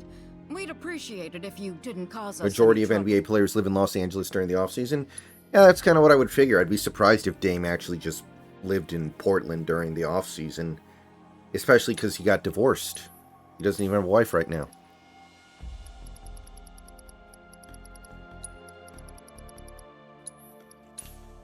Go live in Florida or LA or something. Remember that, all right? I certainly wouldn't choose to live in LA if I had the opportunity to live wherever I wanted to, but maybe that's his thing. Yeah. No, they can't survive without us looking after them. Wow. I can't believe this. Oh. The only reason why I think people are interested in the NBA draft at all is because of Bronny. They want to see what happens there because it's such a weird situation where he's clearly atrocious, but he's probably going to get drafted. The only people who seem to think that this is a good draft are fans of teams that have high picks. And they're coping because they don't want to admit that their team was bad in the year where it was not good to be bad. This is probably the weakest draft we're going to see this decade. You'll have to ask my boss instead. Meaning the deputy commissioner? Or the commission himself? Let's meet and greet. Deputy Commissioner Murasaki's up at the reactor, conducting an inspection for corporate. Now, that doesn't mean that there's not, like, he hasn't been in touch the to potential confirm. that somebody ends up being really Could be good. he needs more time. Because I remember they kept talking so much shit about the 2013 We'll draft just have to track him down. and how it was weak and awful, but then, like, a ton of guys from that draft ended up being really good. And then they kept hyping up the 2014 draft as being like, oh my god, this is like the generational draft with so much talent. And then it ended up sucking for so fucking long, but 2014 gave us Jokic, even though he was way the fuck down there in the second round. But, you know, even 2013, when people said it was going to be bad, gave us Giannis, among many others who were very good. So there's always a chance in every draft that there's a guy who's like a future first ballot Hall of Famer. Yeah, and I'm sure this draft will have somebody, but it's hard to know who it's going to be. Exactly. There are some drafts where it's a slam dunk, you know exactly who's going to be fucking amazing. And this is not one of those drafts. This is a draft where it's a complete crapshoot and you have just as much chance of drafting complete shit as you do of drafting a guy who's at the very least serviceable. The odds of you getting somebody who's actually good really fucking low. Almost all these guys are going to end up busting out of the league. No need to wear yourself out. That's why I don't know why Portland fans were so pissed off that their pick dropped to 7 or whatever. It's like, it doesn't really matter. Headed to the reactor. Literally meaningless, yeah. Like, this is not the fucking... Like, you should be pissed. You should be pissed that you didn't get the number 1 pick last year. Well then. Yeah, and even then, they moved up. I'm coming with. They moved up in that draft. They were slotted at 3rd and they moved to 2nd and they got scooped because of that. Ask anyone around here. I'm the best there is. All right. You sure you're gonna be okay? We're going on a hike and getting a key card. How tough can it be? You'll still be gone for a while. Sure there's nothing you need to take care of? I'm putting you in charge of provisions. Then make it snappy. My materia needs me. Wow.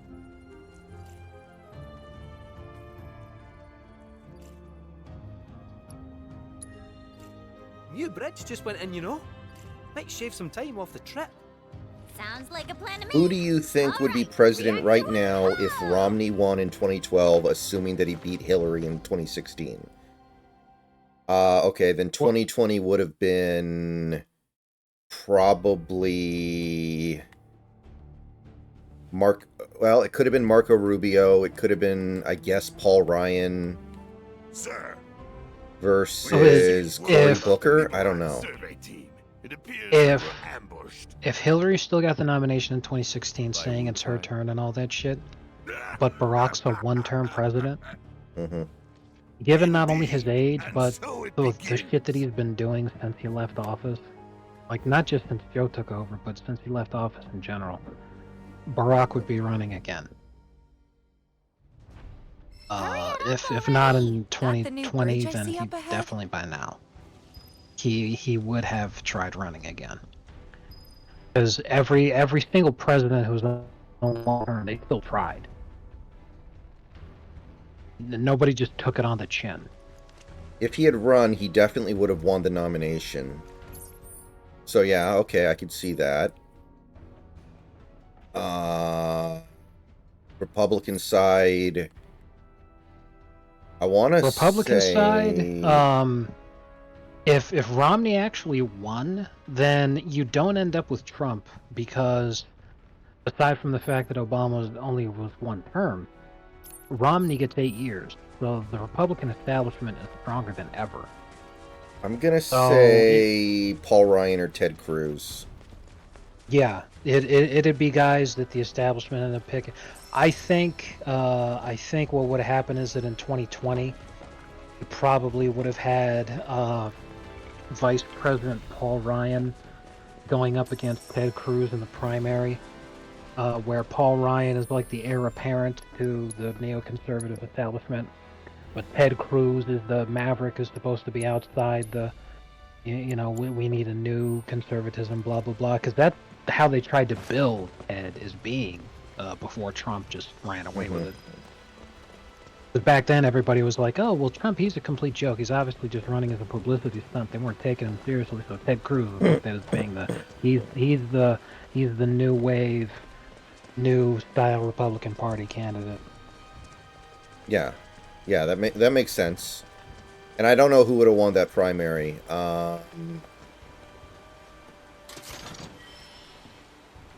It depends on how well Romney actually did. One of the things that made Ted Cruz kind of a big deal was when he filibustered, when he was doing like that filibuster stuff when Obama was president in his second term, like the green eggs and ham thing he did. Mm-hmm. That doesn't happen if Romney's president, so Ted Cruz might be kind of like, we like him, but we're not excited about him the way we would have been. If that's the case, because I completely agree with you, it's a good point that you bring up. If that's the case, then I think 2020 probably would have been Jeb versus Paul Ryan, where Paul Ryan is, because he's younger, they're looking at him as being like the new face of the Conservative Party, and Jeb Bush's establishment, from an old family and blah blah blah. But I really think a lot of it has to do with just what happened in Romney's presidency and just the state of the country. Because if it was a complete shit show and everyone's fucking batshit fucking pissed at the state of the country, then you might still end up with Trump.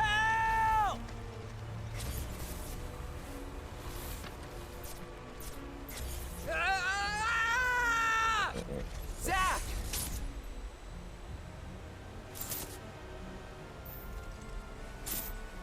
He's in fate's hands now.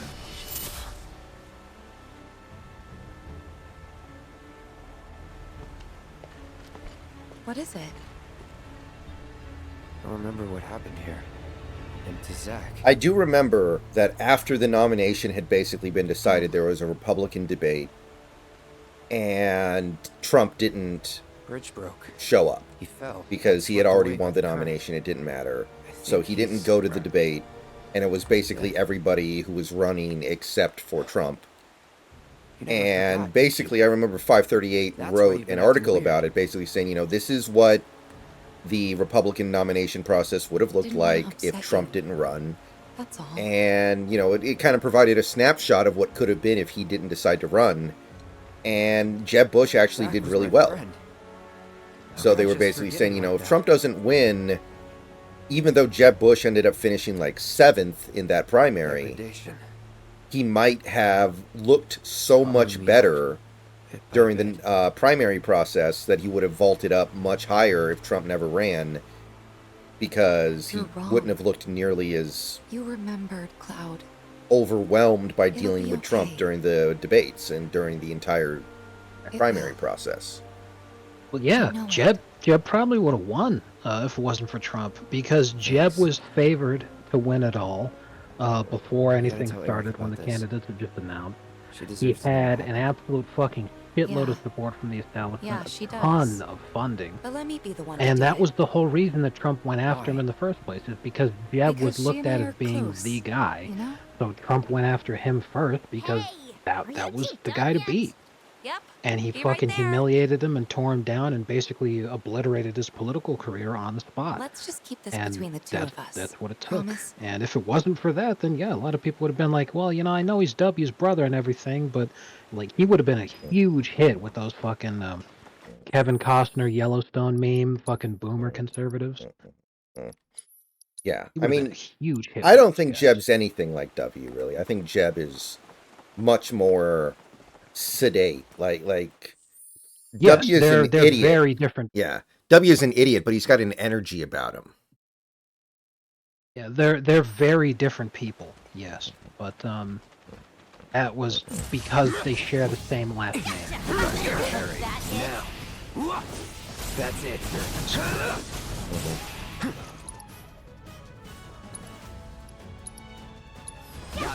Speaking of 538, I'm very amused that all the people who used to run 538 are now gone from 538. Like Nate Silver's not with them anymore. Harry Enton's not with them anymore.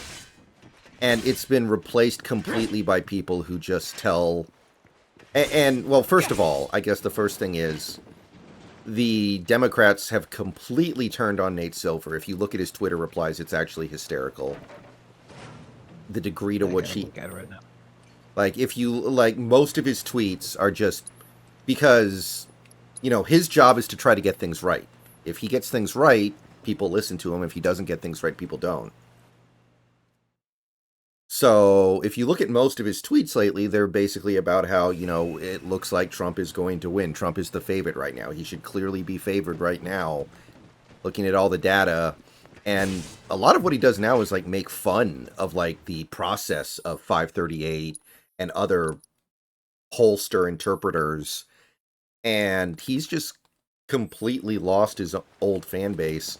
And his old website is now run by people who basically just tell the left what they want to hear, which is what he, as it turns out, is totally against. And I have to give him credit for this. The last several months have shown that he is ultimately interested in getting things right, not telling certain groups of people what they want to hear. Yeah, I'm looking at his Twitter right now. You're absolutely correct. Because his most recent tweets are about the game, the finals. Let's do this. And funnily enough, he was like, I was hoping the Mavericks would win. I wanted to bet money on the Mavericks winning, but I was almost certain that the Celtics would win because blah blah blah. So he wrote an article talking about the Celtics are the blueprint of a modern NBA champion. It's like, bleh. But anyway, so his most recent political tweet is, it's not a great sign for Biden that some of his worst numbers come from the best pollsters. Seltzer is literally the highest rated pollster in our new rankings. And then he posts a link to his, what he's talking about. So everyone's like, just getting all over him. They're like, fuck you, it doesn't matter that Trump's up 18 in Iowa, who cares? Iowa's not in play, and blah, blah, blah, it's Iowa, who cares? Fuck you. Yeah, but if Trump wins Iowa by 18, he's going to also win the rest of the Rust Belt. It's impossible for Iowa to move that far to the right and have the Rust Belt not move at all. Yeah, and that's what people are saying to all those same guys who are coping. They're like, if Trump is up 18 in Iowa, he's not going to lose Michigan, Wisconsin, and Pennsylvania, which is what it would take for him to lose the election. Right. He had another tweet recently that was replying to somebody. Especially if, like you were saying a couple of days ago, where you were saying that the Biden campaign has basically punted Arizona and Nevada. I feel like they punted Arizona, Georgia, and I think they're going to end up kind of punting Nevada. And if that's actually true, and they're just saying it's a lost cause, we've already lost those states, it's like, dude, he's toast. Mm-hmm. He's going to try to hold the Rust Belt and hope that's just enough. I think that's the play. Electorally, this could end up being the closest election of all time, if that's the case. And that's what a lot of people are already predicting. However, those are people who just listen to political nonsense. The betting markets heavily favor Trump. Right.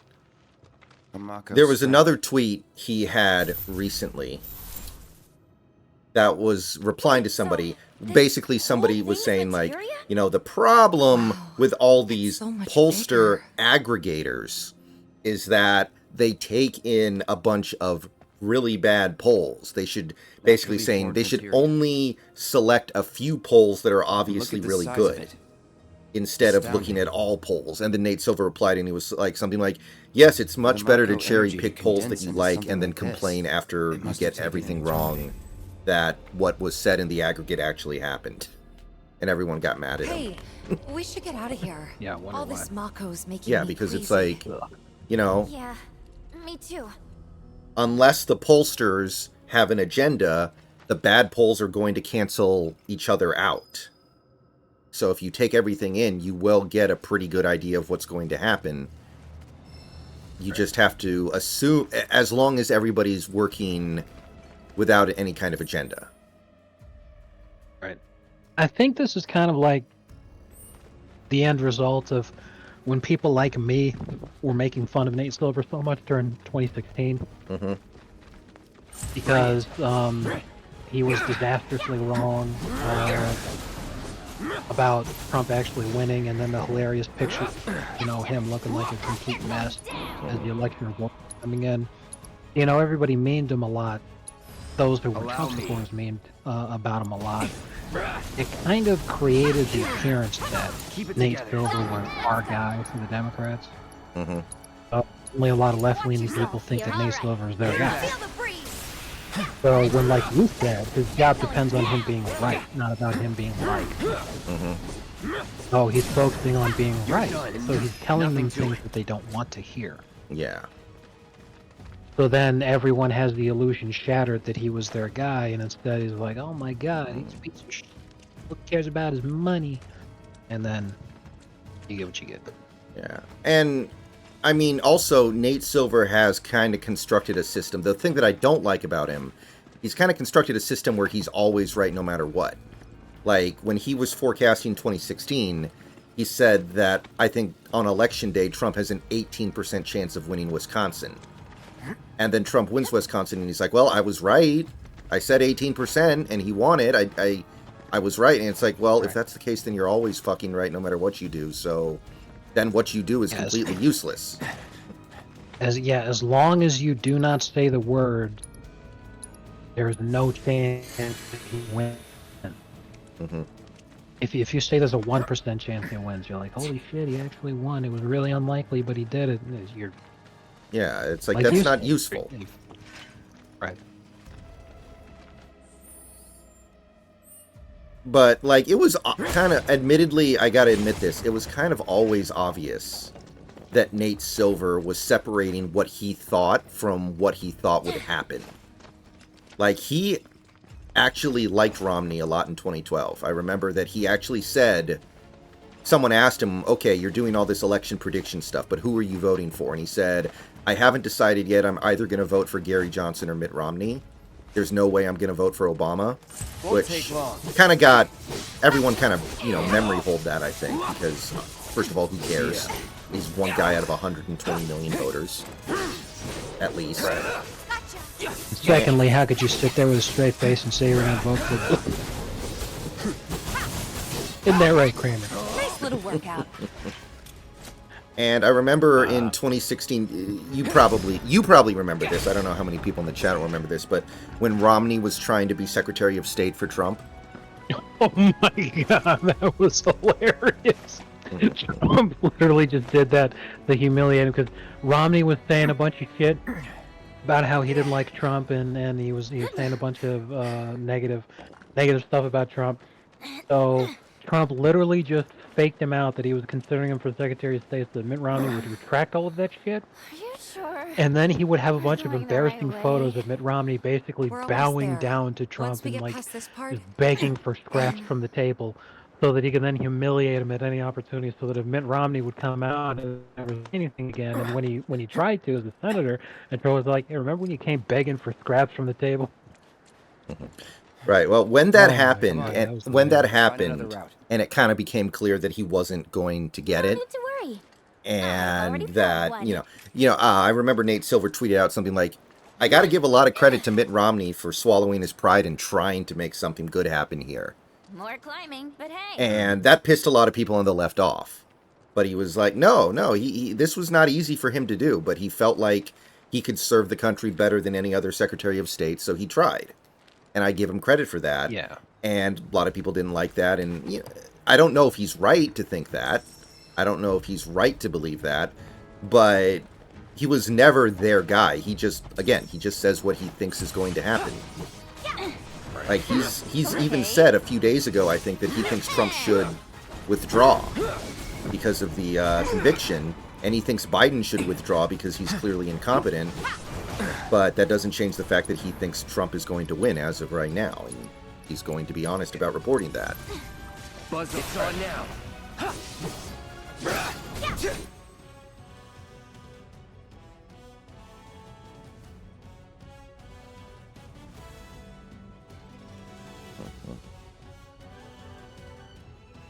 Why is Nevada out of play for Biden? Because it's swung pretty far right since 22.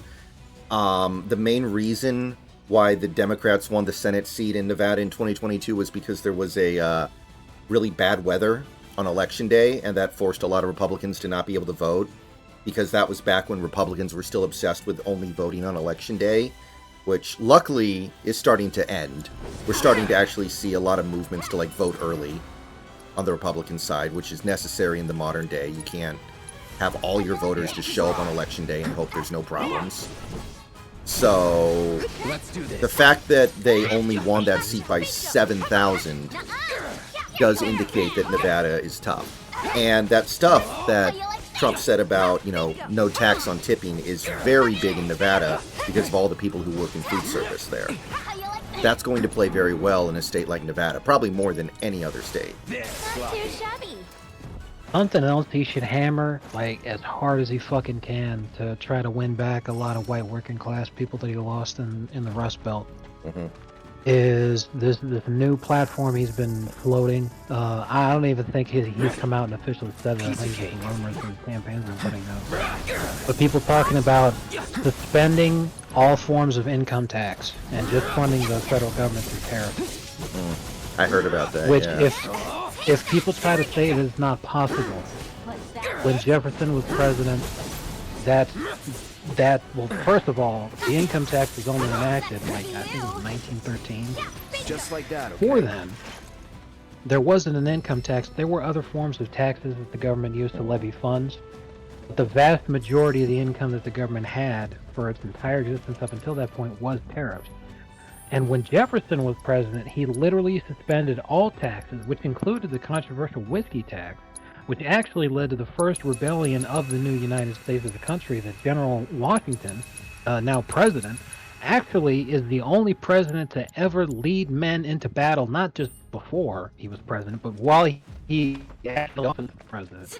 He personally, as president of the United States, led troops into battle, once again as general, to put down the whiskey rebellion, because the U.S. government levied a new tax on whiskey. Keep it up. And they won, obviously, and that tax stayed in place until Jefferson was president, when he suspended it along with every other form of tax. And they only funded the government through tariffs. And when Jefferson was president, he halved the national debt.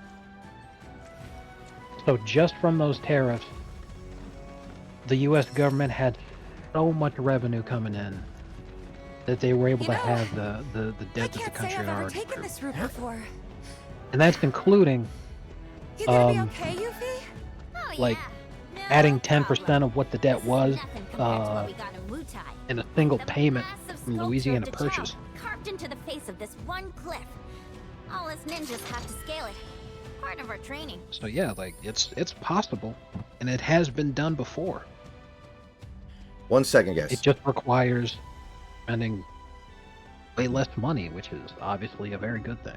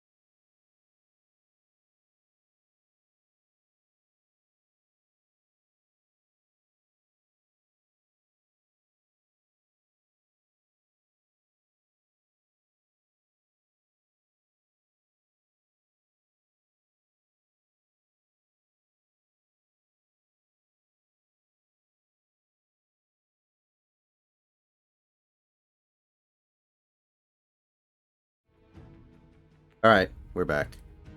But isn't population in Vegas too much like Yeah. Chicago? Chicago turns Illinois Democrat? Well, the difference is Illinois is like, you know, they vote blue by like 10 points. Nevada has been very, very competitive recently, so there's a clear difference there in the flippability of it. Like, Illinois right now is basically unflippable because it's got... It would be too much to happen in one or even maybe probably two cycles. Although I shouldn't say that. Like, Florida went from a blue state to a red state in like 2 years.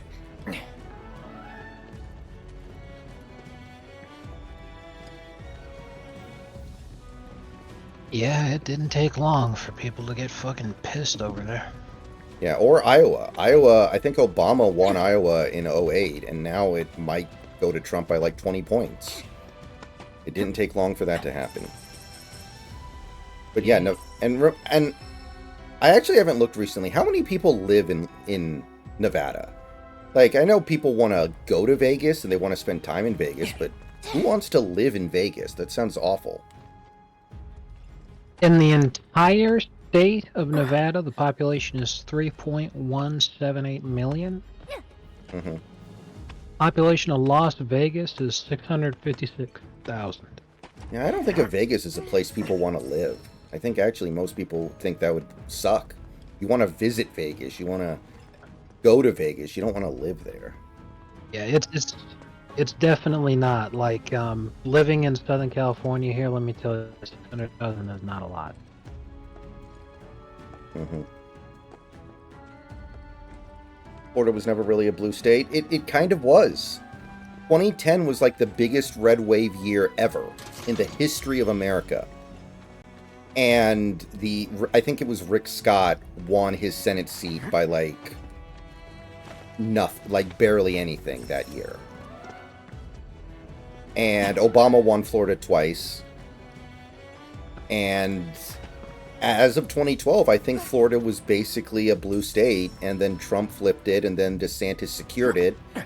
And now Trump might win it by double digits.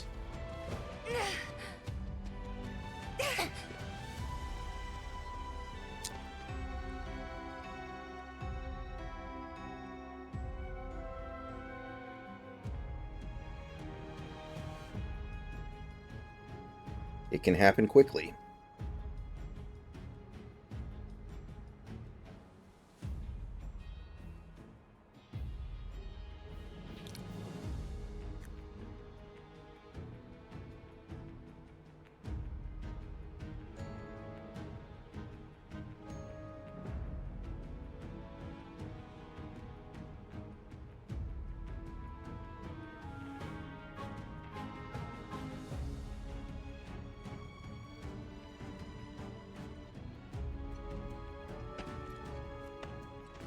I don't feel good about this Guardian series. I just want to win one of 3 at least. And then we get the Marlins. And if the Marlins turn their Pride Month around against us, that'll be pretty gay. Yeah. I'm just going to say that right now. In your opinion, who is the most overrated NFL quarterback of all time? I am surprised by your answer. Yeah, I did a study on that recently. His career wasn't that long. He never had a year where he was really even in the conversation for best quarterback in the league. And he never won a title. So it's like, why is he in the Hall of Fame exactly? Because people feel bad for him, I guess. Yes.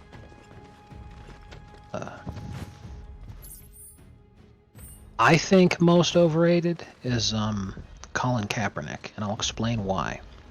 People who actually watch football don't overrate him, but people who do not watch football overrate him to such an extraordinary extent. It is mind-boggling.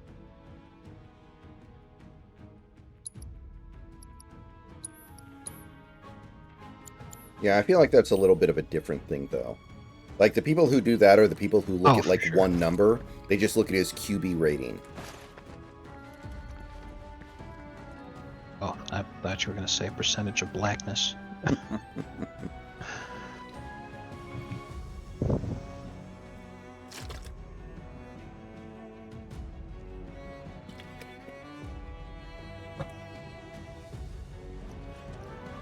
I watched a little bit of a Fox News tonight during dinner because my mom basically watches Fox News all day.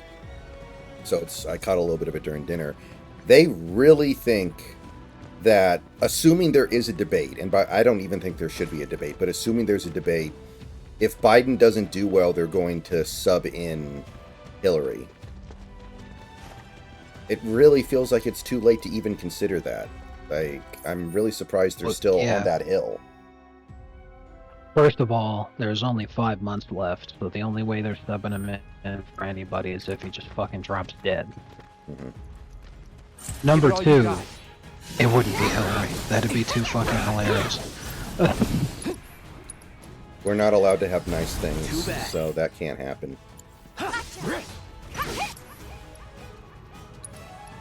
Yeah. And can you fucking imagine that for a second? Like, how pissed off Democrats would actually be if that happened. Because they'd be like, you've replaced the guy who beat Trump with the lady that couldn't. And you think this increases your odds of winning? Yeah, I could be wrong, but I'm pretty sure Trump is significantly more popular now than he was in 2016. Oh. My mind. And Because even if you accept the 2020 election as being 100% legitimate, and that Trump legitimately lost, he still received the largest increase in votes of any incumbent president in the history of the country.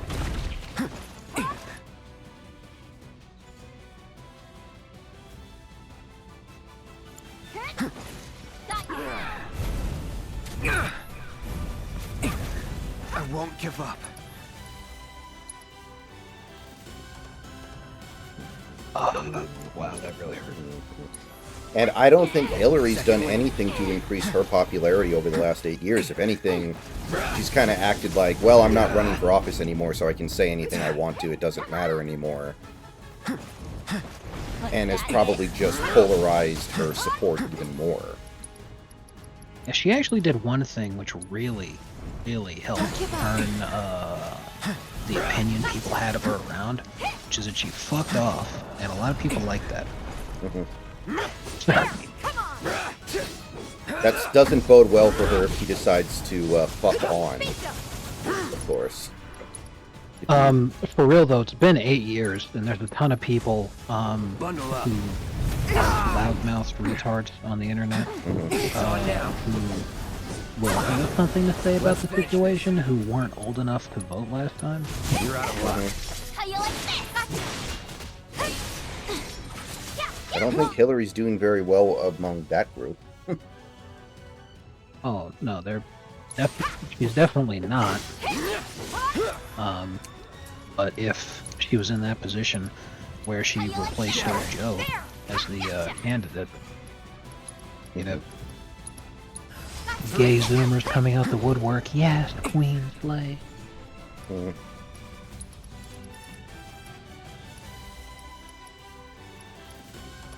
Ugh. Gotta stop stalling and write this email. Hey, you sound like me this morning, except instead of writing an email, it was filling out my unemployment claim.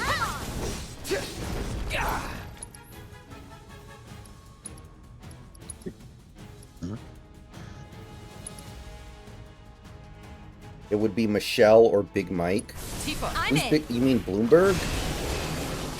I really don't think they would get Mike Bloomberg. He said Michelle twice. I was like, the only Big Mike I know is that's the official trans name for Michelle.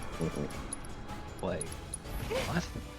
Probably game support if she just admitted, yeah, the conspiracy theory's true. Yeah, Well, yeah, they're they'd right. never be able to do that. Because even though, like you said, she'd gained support, or she was like, yes, I actually am a dude, I'm trans, and blah, blah, blah. They'd inadvertently be admitting that they had Joan Rivers killed. Because when Obama was in office, Joan Rivers, somebody, hey, what do you think about what do you think about Obama? Then she started talking about how Michelle's a tranny. She's like, yeah, everybody in show business knows it. You know that they've all seen the weenus and, you know, all this kind of shit. And like a week later, she's dead. Hey, Cloud, I've been thinking. We're looking for a guy named Like, okay. Murasaki, right? Is that why the Barbara Walters is dead too? She was going to ask Michelle that, and they had to kill her before she could get to I'm it. sure plenty of your people immigrated to Midgard before hilarious. the war. Some of their kids and Because grandkids Barbara probably worked for Walters, Shinra. some of the lines she crosses in her interviews, they're something else. Gotta be a way to get down. Like, I can't remember exactly when Barbara Walters died. It was like a couple years ago.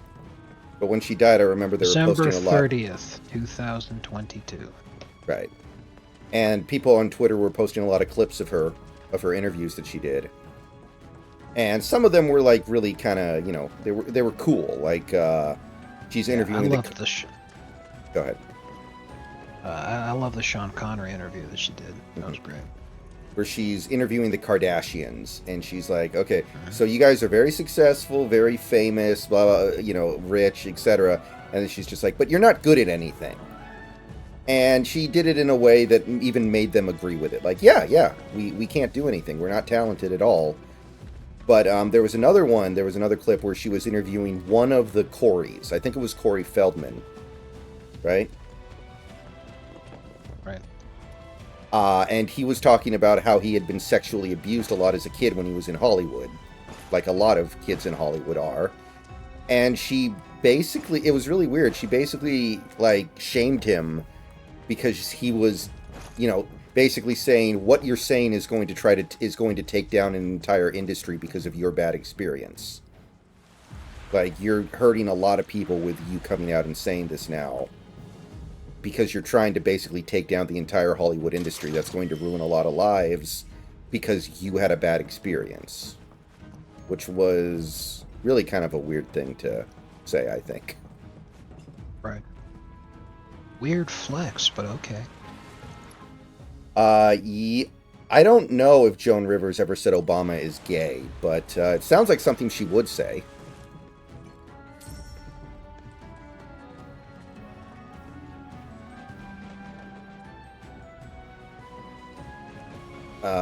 Like Joan Rivers, that was kind of her thing, right? She would say anything to get a laugh. And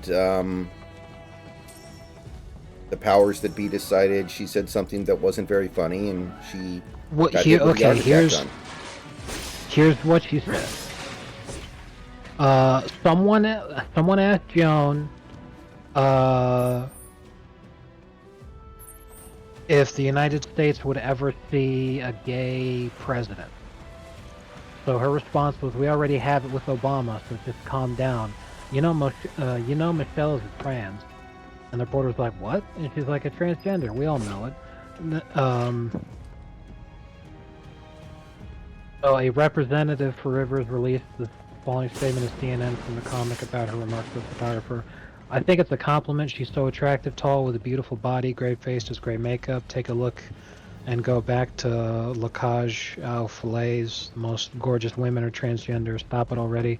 And if you want to talk about politically correct, I think this is a politically incorrect attack on me because I'm old, Jewish, a woman, and a heterosexual. And I plan to sue the reporter who, when he turned off his camera, tried to touch me inappropriately on the ass." And yeah, then like a week later, she's dead. Based. But yeah, she did call Obama gay. That's what the whole Michelle's a tranny thing was about. I mean, that's basically been confirmed now, hasn't it? Like, they found those letters. Yes. Exactly.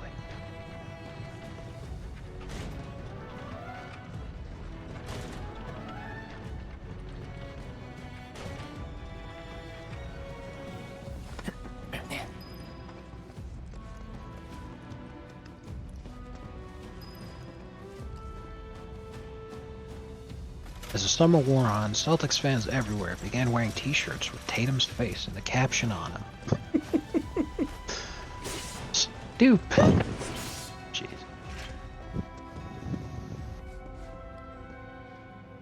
Obama could be bisexual. Yeah.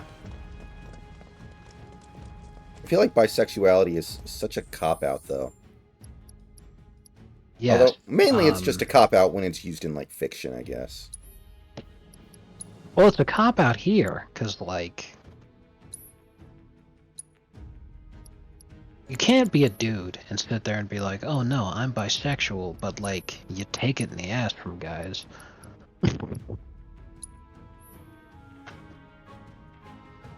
You're not bisexual if the only intercourse you would have with a woman is if she's using a strap-on.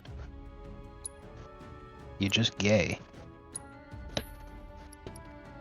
I haven't seen this many sad white people since they canceled ER.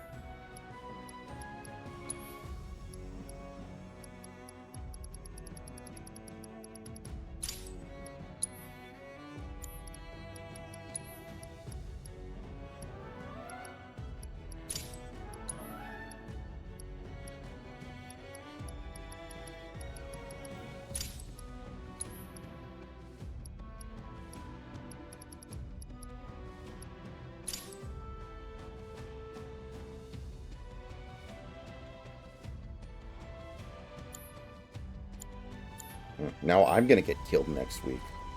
I'm gonna be dead next week for talking about this on stream. Yeah. Oh well. I had a good Nice run. knowing you, noob. No, I'm just kidding. Yeah, pretty much. It's on now. All set. Bring it. Give him your all. How you like this? Good to go? My turn. Going in. That's the way to do it.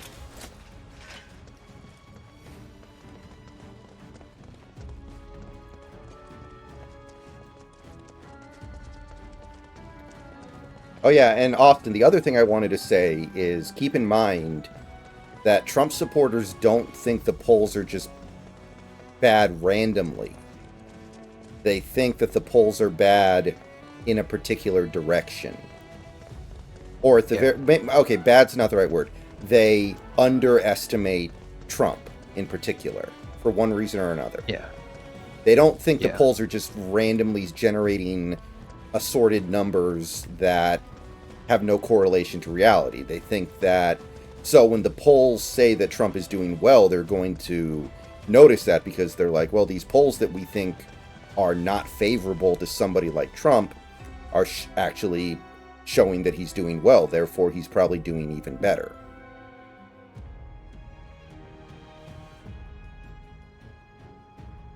Who do Obama's kids belong to? That's a question. I guess it's not that weird for people to move to different countries. And it's not like we don't welcome foreigners into Wutai either. I mean, take Colonel Lockbrock. He and Viceroy Saruf are the whole reason we have an interim government in the first place. In fact, his whole team is made up of nothing. Michelle is actually one of my favorite female names. It's too bad it had to get associated with... Kinda like you. Nothing. In the modern era, it's become poorly associated. My favorite female name is Evelyn. I just like a lot of V kind of things, so Evelyn, Veronica, Vanessa. My issue with Evelyn is that it's automatically makes the person sound like they're 70 years old. I hear Evelyn and I think 70-year-old. It's the same thing with like Emma or Barbara. Those names just sound like older people. Now, Barbara's not fair because that was the name of one of my grandmothers. So I always associate that with older women. But there's always nicknames for the whole thing that makes them sound younger. Like for Evelyn, you've got Evie, as an example. For Dead serious, you know. I really think you'd like it in Wutai. Could bring the whole gang. Barbara, you know, you got Barbie, Babs. You thieved Um, on patrol. Shinra will be afraid to even like challenge our here's a name. big time They'll old stand in lady awe of the named fair nympho who Gertrude. leads her Oh, loyal yeah. minions and tremble But in for that fear one, when they still, see the you can say wire Gertie. beast coming in hot. People will be What are some banging old down the man door to buy our names? film rights. Your stunned silence says more Doesn't than words seem like ever there are as could. many for like old men. What's a name you hear and then you Please shut immediately up. think, oh, that's obviously an old guy. Aloysius. Huh? Aloysius. Ah, I've never even heard of that one before. All right, here's one that may be more like, okay, I've actually heard that one. How about Ephraim? Oh, okay. Another E1, Elmer. Oh, Like that's a Elmer Fudd. really good one. Elmer, okay, I can see that.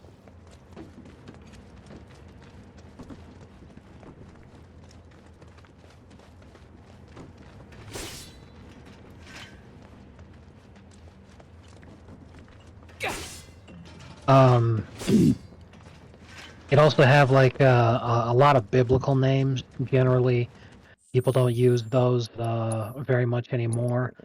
So you only see old guys being Yeah, spoken I around mean, like that, like Jebediah, yeah, that's a good one. Ezekiel, Yeah, Zechariah. I will say I don't feel that way about the name like Noah. I think there are enough Noahs I've seen who are relatively young to not have that stigma with it, even though it's very much a biblical name. They're ninjas from Wutai. Like Abraham, obviously very biblical, but Means we're I don't know if I have that association. If it's short in syllables, What about my it mission? tends to be more popular. Like The Mavs Isaiah. call it off? Hmm. Why didn't Alistar, anyone tell me? Alistair. Aren't we in the middle of a Another old ceasefire, guy though? name. That's what they say. Adolf, Still, because you have to be doesn't really mean old you to have are. been given that name when it was still It acceptable, makes no I difference guess. to them either Exactly. way. Eugene. Oh, okay. Come on. We gotta find Murasaki. Right.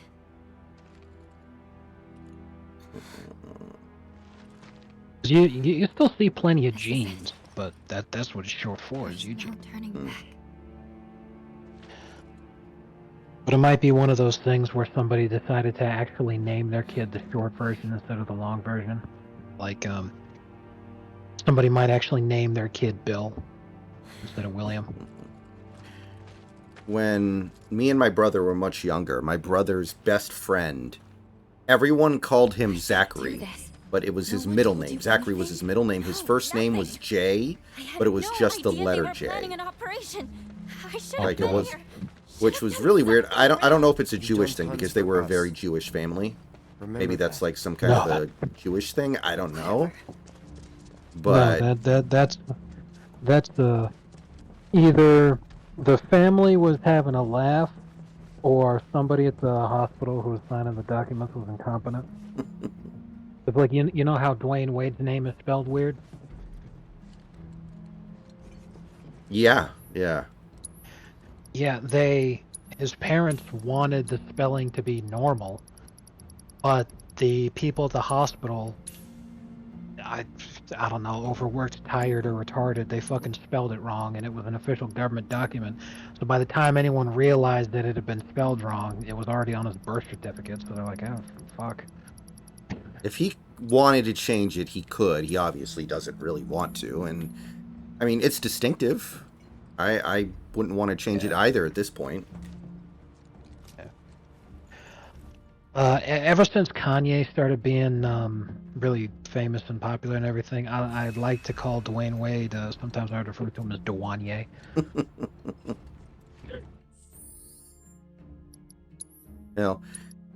Yeah, another. No, that's not even close. Right. But... Well, interesting story. Do you know who Thandie Newton is? Doesn't sound familiar, no.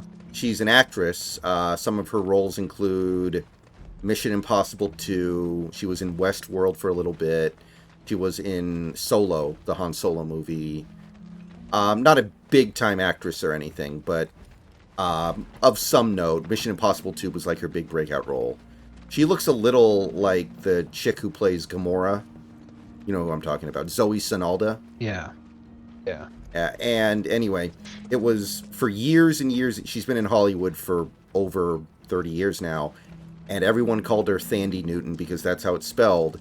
And recently, fairly recently, she came out and actually said, yeah, actually my name is pronounced Thanady. It's been like that the whole time. But I just didn't want to correct anybody because you know, she's shy, I guess, about that kind of stuff. So she just decided to roll with it. But her name is actually pronounced Thanady.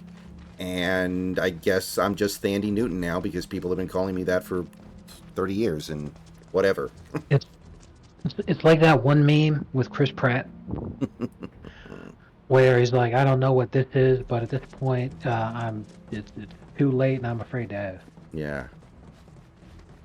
Tyrod Taylor is not pronounced Tyrod either. He recently came out and said it's actually Tyrod. But again, I just didn't feel like correcting people.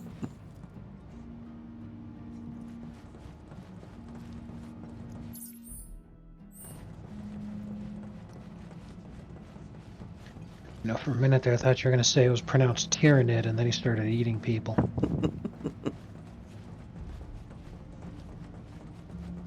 Oh, boys, things haven't been going so good lately. I'm going to have to let one of you go. Tyler, sorry. That was amazing. The fifth smiling friend, and Charlie was fucking pissed. He's like, if you fire Tyler, you fire me too, damn it. Yeah. I'll watch the episode tomorrow, but I saw that in the preview. Yeah, it was really good. Mm-hmm. I don't know why, but there's a lot of jump scares in this episode. Oh, I mean, I'm pretty used to that. Smiling Friends has always had a decent chunk of those, but they're not really scares. It's like when Charlie's in hell, and then that thing that is supposed to be like his entertainment pops up and is like, yeah. Like, that's not really a scare. And this is Jeremy, your only form of hellish entertainment. Mm-hmm. Well, you'll see when you watch the episode, but yeah, it's like... After the season is over, which I guess there's like one more episode, unless they do another joke episode. Maybe we'll do a stream where we do a tier ranking of all the episodes. I know that's hard, because every episode's really good, but we could try that. It should be the joke. Every episode is in the S tier. Yeah. Yeah, I actually think there are some episodes that are clearly better than others.